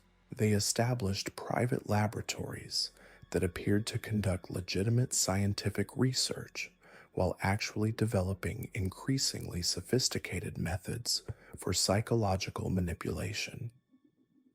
These facilities attracted some of the most brilliant scientific minds of their era, many of whom unknowingly contributed to the advancement of techniques that would be used to alter human consciousness. The family's scientific research program included extensive studies of what they called consciousness engineering, the systematic application of scientific methods to the design and modification of human psychological structures. They developed techniques for analyzing consciousness with unprecedented precision, identifying the specific components that governed different aspects of human behavior and experience. This research was conducted under the cover of legitimate scientific investigation, with results published in respected journals, while the most significant discoveries were kept secret. The family's most significant scientific breakthrough was the development of what they called quantum consciousness theory, a comprehensive framework for understanding the relationship between physical brain structures and psychological experience. This theory suggested that consciousness existed in quantum states that could be directly manipulated through properly designed interventions, opening possibilities for psychological modification that transcended conventional limitations. The research was conducted in absolute secrecy, with only senior family members having access to the complete theoretical framework. The quantum consciousness research revealed new possibilities for psychological manipulation that hadn't been previously understood. The family discovered that consciousness could be influenced through quantum-level interventions that would be undetectable through conventional scientific methods, suggesting that their modification techniques could be made virtually impossible to discover or resist. This research informed the development of technologies that would allow them to influence human consciousness through means that appeared to be purely coincidental or natural. The family's influence on early 20th century medical development was exercised through their relationships with key medical professionals and their ability to direct research toward projects that supported their psychological manipulation capabilities. They established medical facilities that appeared to provide conventional health care while actually serving as testing grounds for new modification techniques. These facilities attracted patients who sought treatment for various ailments while unknowingly participating in psychological experimentation. The family's medical research program included extensive studies of the neurological basis of memory, emotion, and personality that could inform the development of more sophisticated modification techniques. They developed methods for identifying and targeting specific brain structures that governed different aspects of consciousness, allowing them to design interventions that could achieve desired psychological changes while minimizing unwanted side effects. This research was conducted under the cover of legitimate medical investigation, with results contributing to the advancement of conventional medical knowledge while serving family interests. The family's most ambitious medical project was the establishment of what they called therapeutic optimization centers, medical facilities that appeared to provide advanced psychiatric treatment while actually implementing comprehensive psychological restructuring programs. These centers attracted patients who suffered from various mental health conditions, offering them apparently effective treatments while actually performing fundamental alterations to their psychological structures. Patients who underwent treatment at these centers experienced remarkable improvements in their symptoms while unknowingly becoming sources of psychological resources for family operations. The therapeutic optimization centers represented a significant advance in the family's ability to conduct psychological modification under the cover of legitimate medical treatment.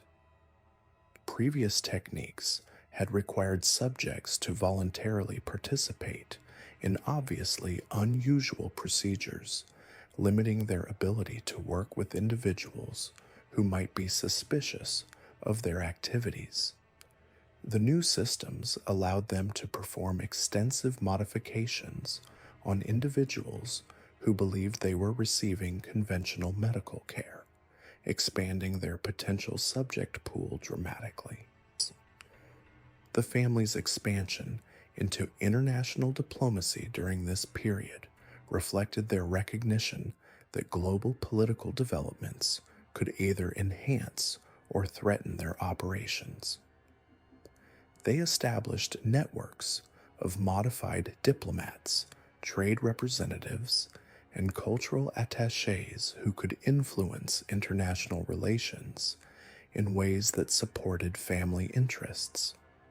These individuals appeared to be serving their respective governments while actually coordinating their activities according to family objectives. The International Influence Program involved extensive analysis of global political dynamics, identifying opportunities for interventions that could shape the development of international relations.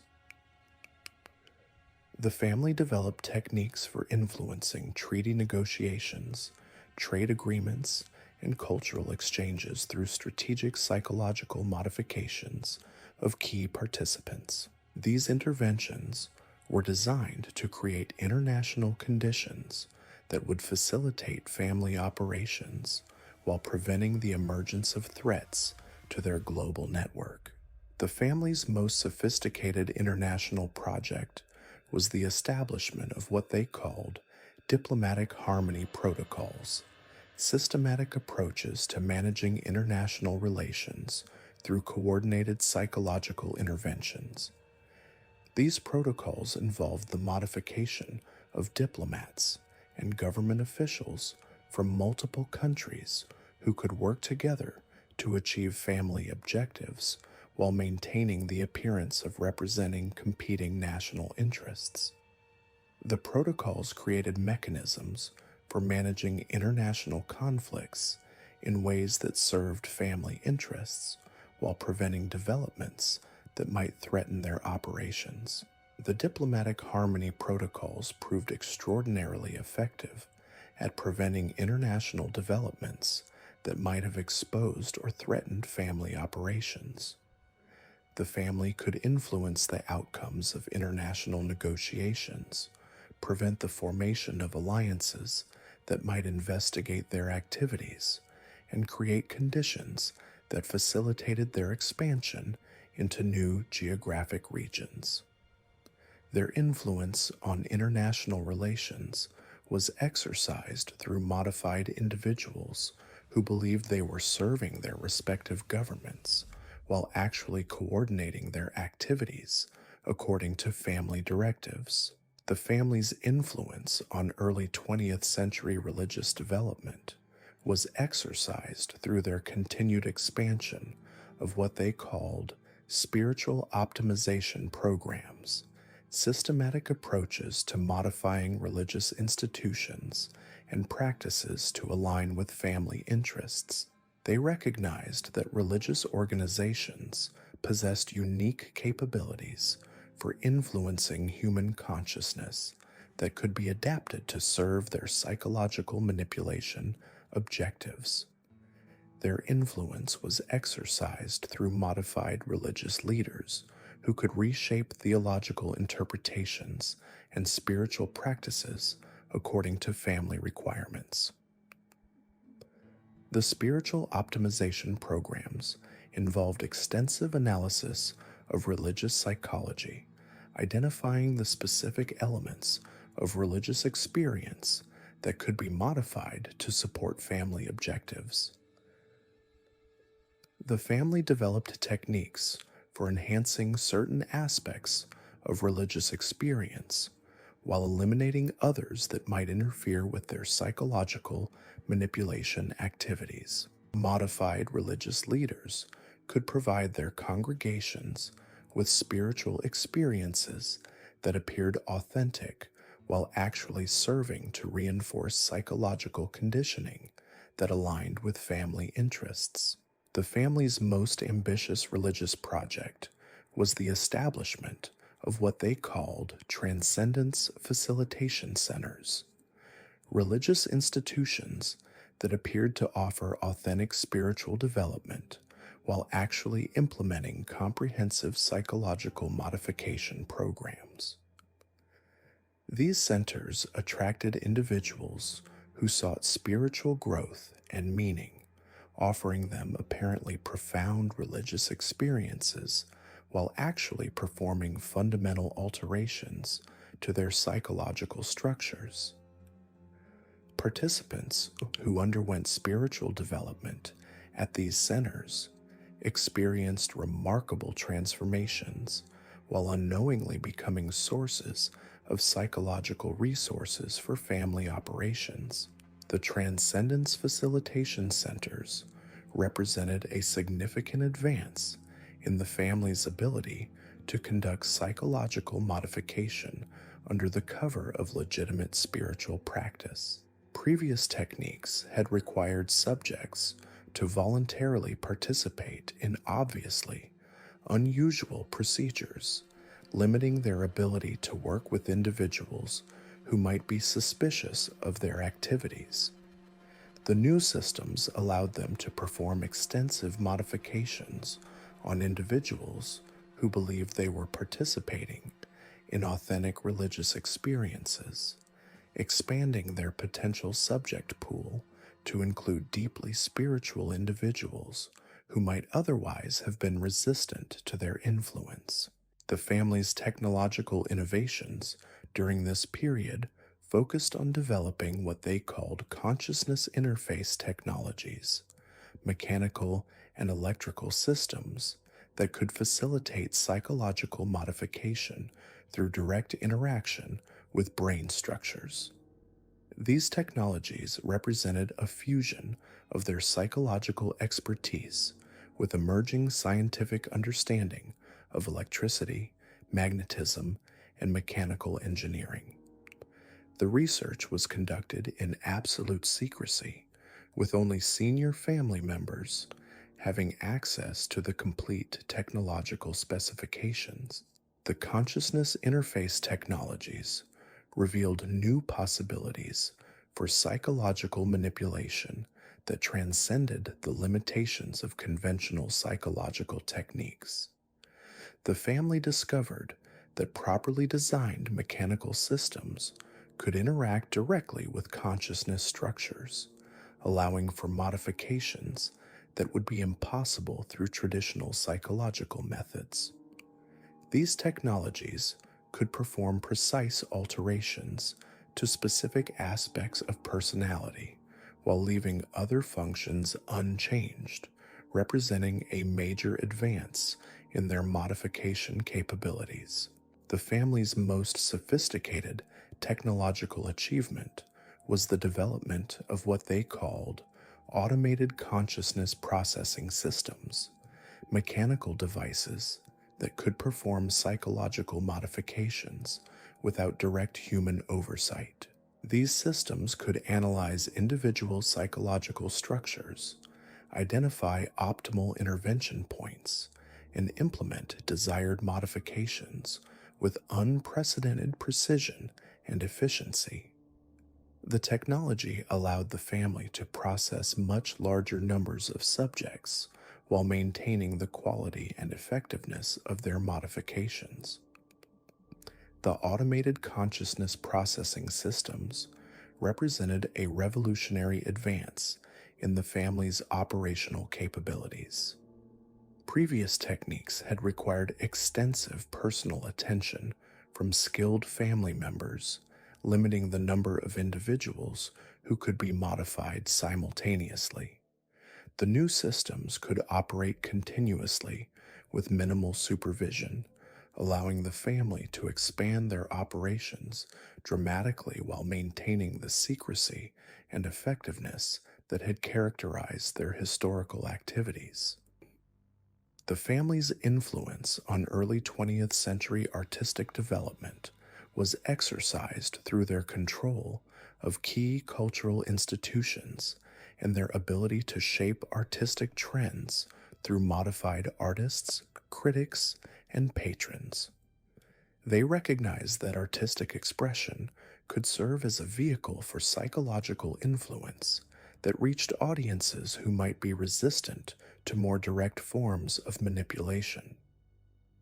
Their influence was exercised through modified individuals who could create and promote artistic works that appeared to be independent creative expressions while actually serving to reinforce psychological conditioning that aligned with family interests. The Artistic Influence Program involved extensive analysis of the relationship between artistic expression and psychological response, identifying the specific elements of artistic works that could be modified to achieve desired psychological effects. The family developed techniques for creating art that would generate particular emotional responses, reinforce specific behavioral patterns, and create psychological associations that could be activated when needed to influence public behavior. These techniques were implemented through modified artists who could create works that appeared to be authentic artistic expressions while actually serving family objectives.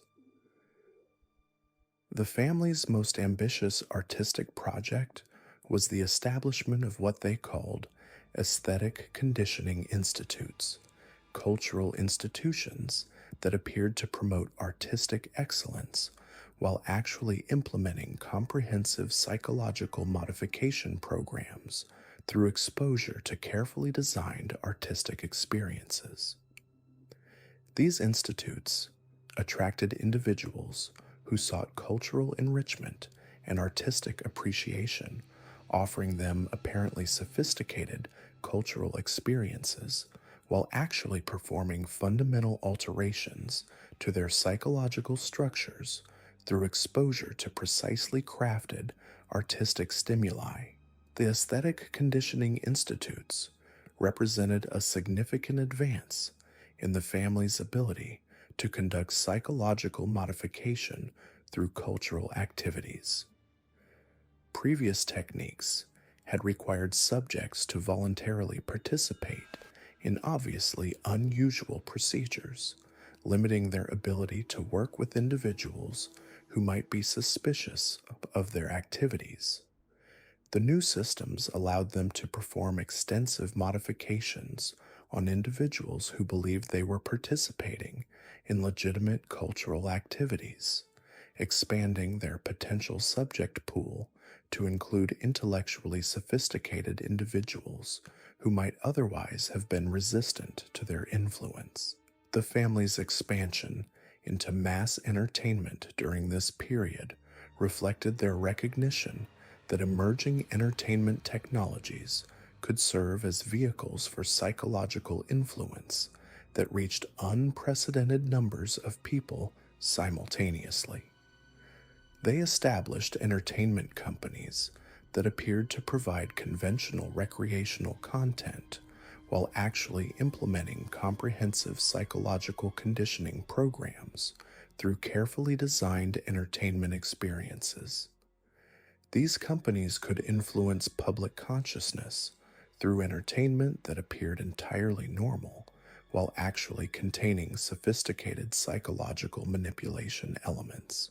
The mass entertainment program involved extensive analysis of the relationship between entertainment consumption and psychological response, identifying the specific elements of entertainment experiences that could be modified to achieve desired psychological effects. The family developed techniques for creating entertainment that would generate particular emotional responses, reinforce specific behavioral patterns, and create psychological associations that could be activated when needed to influence public behavior. These techniques were implemented through modified entertainment professionals who could create content that appeared to be authentic entertainment while actually serving family objectives. The family's most sophisticated entertainment application was the development of what they called immersive conditioning experiences, entertainment formats that could achieve comprehensive psychological modification through carefully orchestrated recreational activities. These experiences appeared to be conventional entertainment while actually implementing systematic psychological conditioning programs that could fundamentally alter participants' consciousness structures. Audiences who participated in these experiences enjoyed what appeared to be exceptional entertainment while unknowingly undergoing psychological modifications that aligned their consciousness with family interests. The immersive conditioning experiences proved extraordinarily effective at achieving psychological modification through entertainment consumption. The family could influence the consciousness of large numbers of people through entertainment experiences that appeared entirely voluntary and enjoyable while actually serving to reinforce psychological conditioning that made participants more susceptible to future manipulation. These experiences created sustainable mechanisms for maintaining psychological influence over large populations through regular entertainment consumption. The family's influence on early 20th century transportation development was exercised through their recognition that emerging transportation technologies could serve as vehicles for psychological influence through the creation of specific environmental conditions during travel. They established transportation companies that appeared to provide conventional travel services while actually implementing psychological conditioning programs through carefully designed travel experiences. These companies could influence passenger consciousness through transportation that appeared entirely normal while actually containing sophisticated psychological manipulation elements. The Transportation Influence Program involved extensive analysis of the relationship between travel experiences and psychological response, identifying the specific elements of transportation that could be modified to achieve desired psychological effects. The family developed techniques for creating travel experiences that would generate particular emotional responses, reinforce specific behavioral patterns, and create psychological associations that could be activated when needed to influence public behavior. These techniques were implemented through modified transportation professionals who could create travel experiences that appeared to be conventional transportation while actually serving family objectives.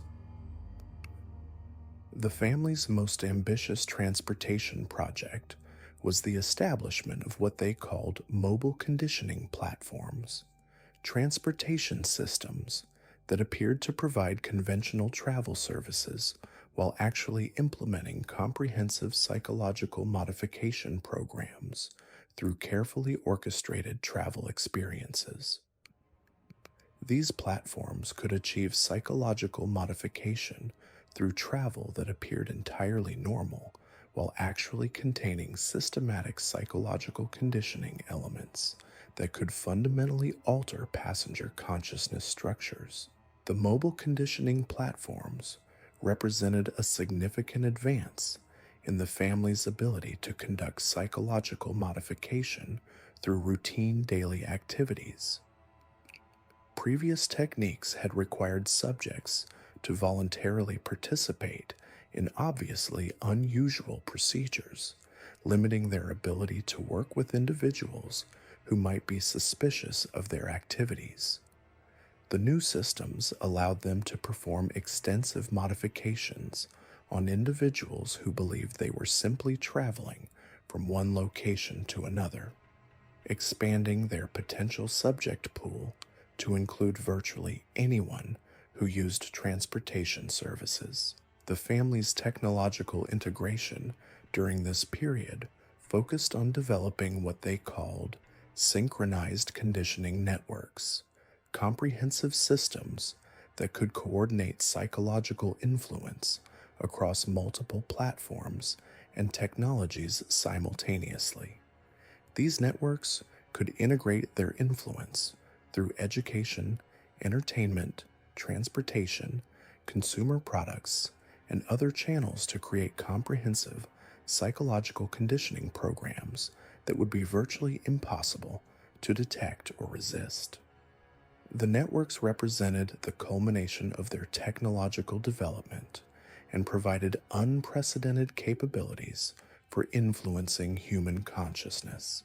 The synchronized conditioning networks involved extensive coordination between different aspects of the family's operations, creating integrated systems that could reinforce psychological conditioning through multiple channels simultaneously.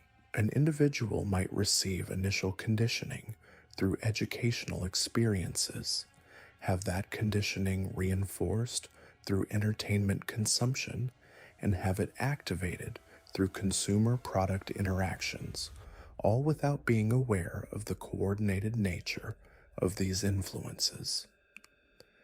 The networks created mechanisms for maintaining comprehensive psychological influence over large populations through routine daily activities. The family's most sophisticated technological achievement was the development of what they called omnipresent influence architecture, comprehensive systems that could maintain psychological influence over individuals throughout their daily lives through integration with all aspects of modern technological society. These systems could monitor individual psychological states, identify optimal intervention opportunities, and implement desired modifications through whatever technological platform was most readily available. The architecture represented the ultimate expression of their technological capabilities and provided mechanisms for achieving unprecedented levels of psychological control. The omnipresent influence architecture represented a revolutionary advance in the family's ability to maintain psychological influence over large populations. Previous techniques had required periodic direct contact with subjects, creating opportunities for individuals to recover from psychological modifications or develop resistance to family influence. The new systems could maintain continuous psychological influence through routine interactions with technology, creating sustainable mechanisms for permanent psychological control that would be virtually impossible to detect or escape. The family's global coordination by the 1920s required increasingly sophisticated communication and management systems that could maintain operational security while facilitating coordination across multiple continents. They developed encrypted communication networks that appeared to be conventional business communications while actually coordinating psychological manipulation operations on a global scale. These networks allowed them to maintain unified strategic direction while adapting their techniques to local conditions and opportunities. The global coordination systems involved extensive analysis of international communication patterns, identifying opportunities for inserting their coordination messages into routine business and diplomatic communications. The family developed techniques for encoding their operational directives in apparently innocent communications, creating coordination mechanisms that would be virtually impossible to detect through conventional surveillance methods. These techniques were implemented through modified communications professionals who could facilitate family coordination while maintaining the appearance of conventional business activities. The family's most ambitious coordination project was the establishment of what they called universal synchronization protocols, comprehensive systems for coordinating psychological manipulation operations across all aspects of their global network simultaneously. These protocols could ensure that their influence was exercised in coordinated ways that would maximize effectiveness while minimizing the risk of detection. The protocols represented the culmination of their coordination capabilities and provided mechanisms for achieving unprecedented levels of global psychological influence. The universal synchronization protocols represented a significant advance in the family's ability to coordinate complex operations across multiple geographic regions and technological platforms.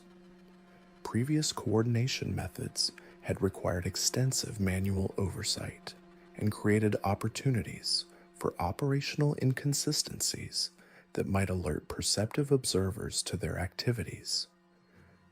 The new systems could maintain automatic coordination across their entire network, creating seamless integration that would be virtually impossible to detect through conventional analysis methods.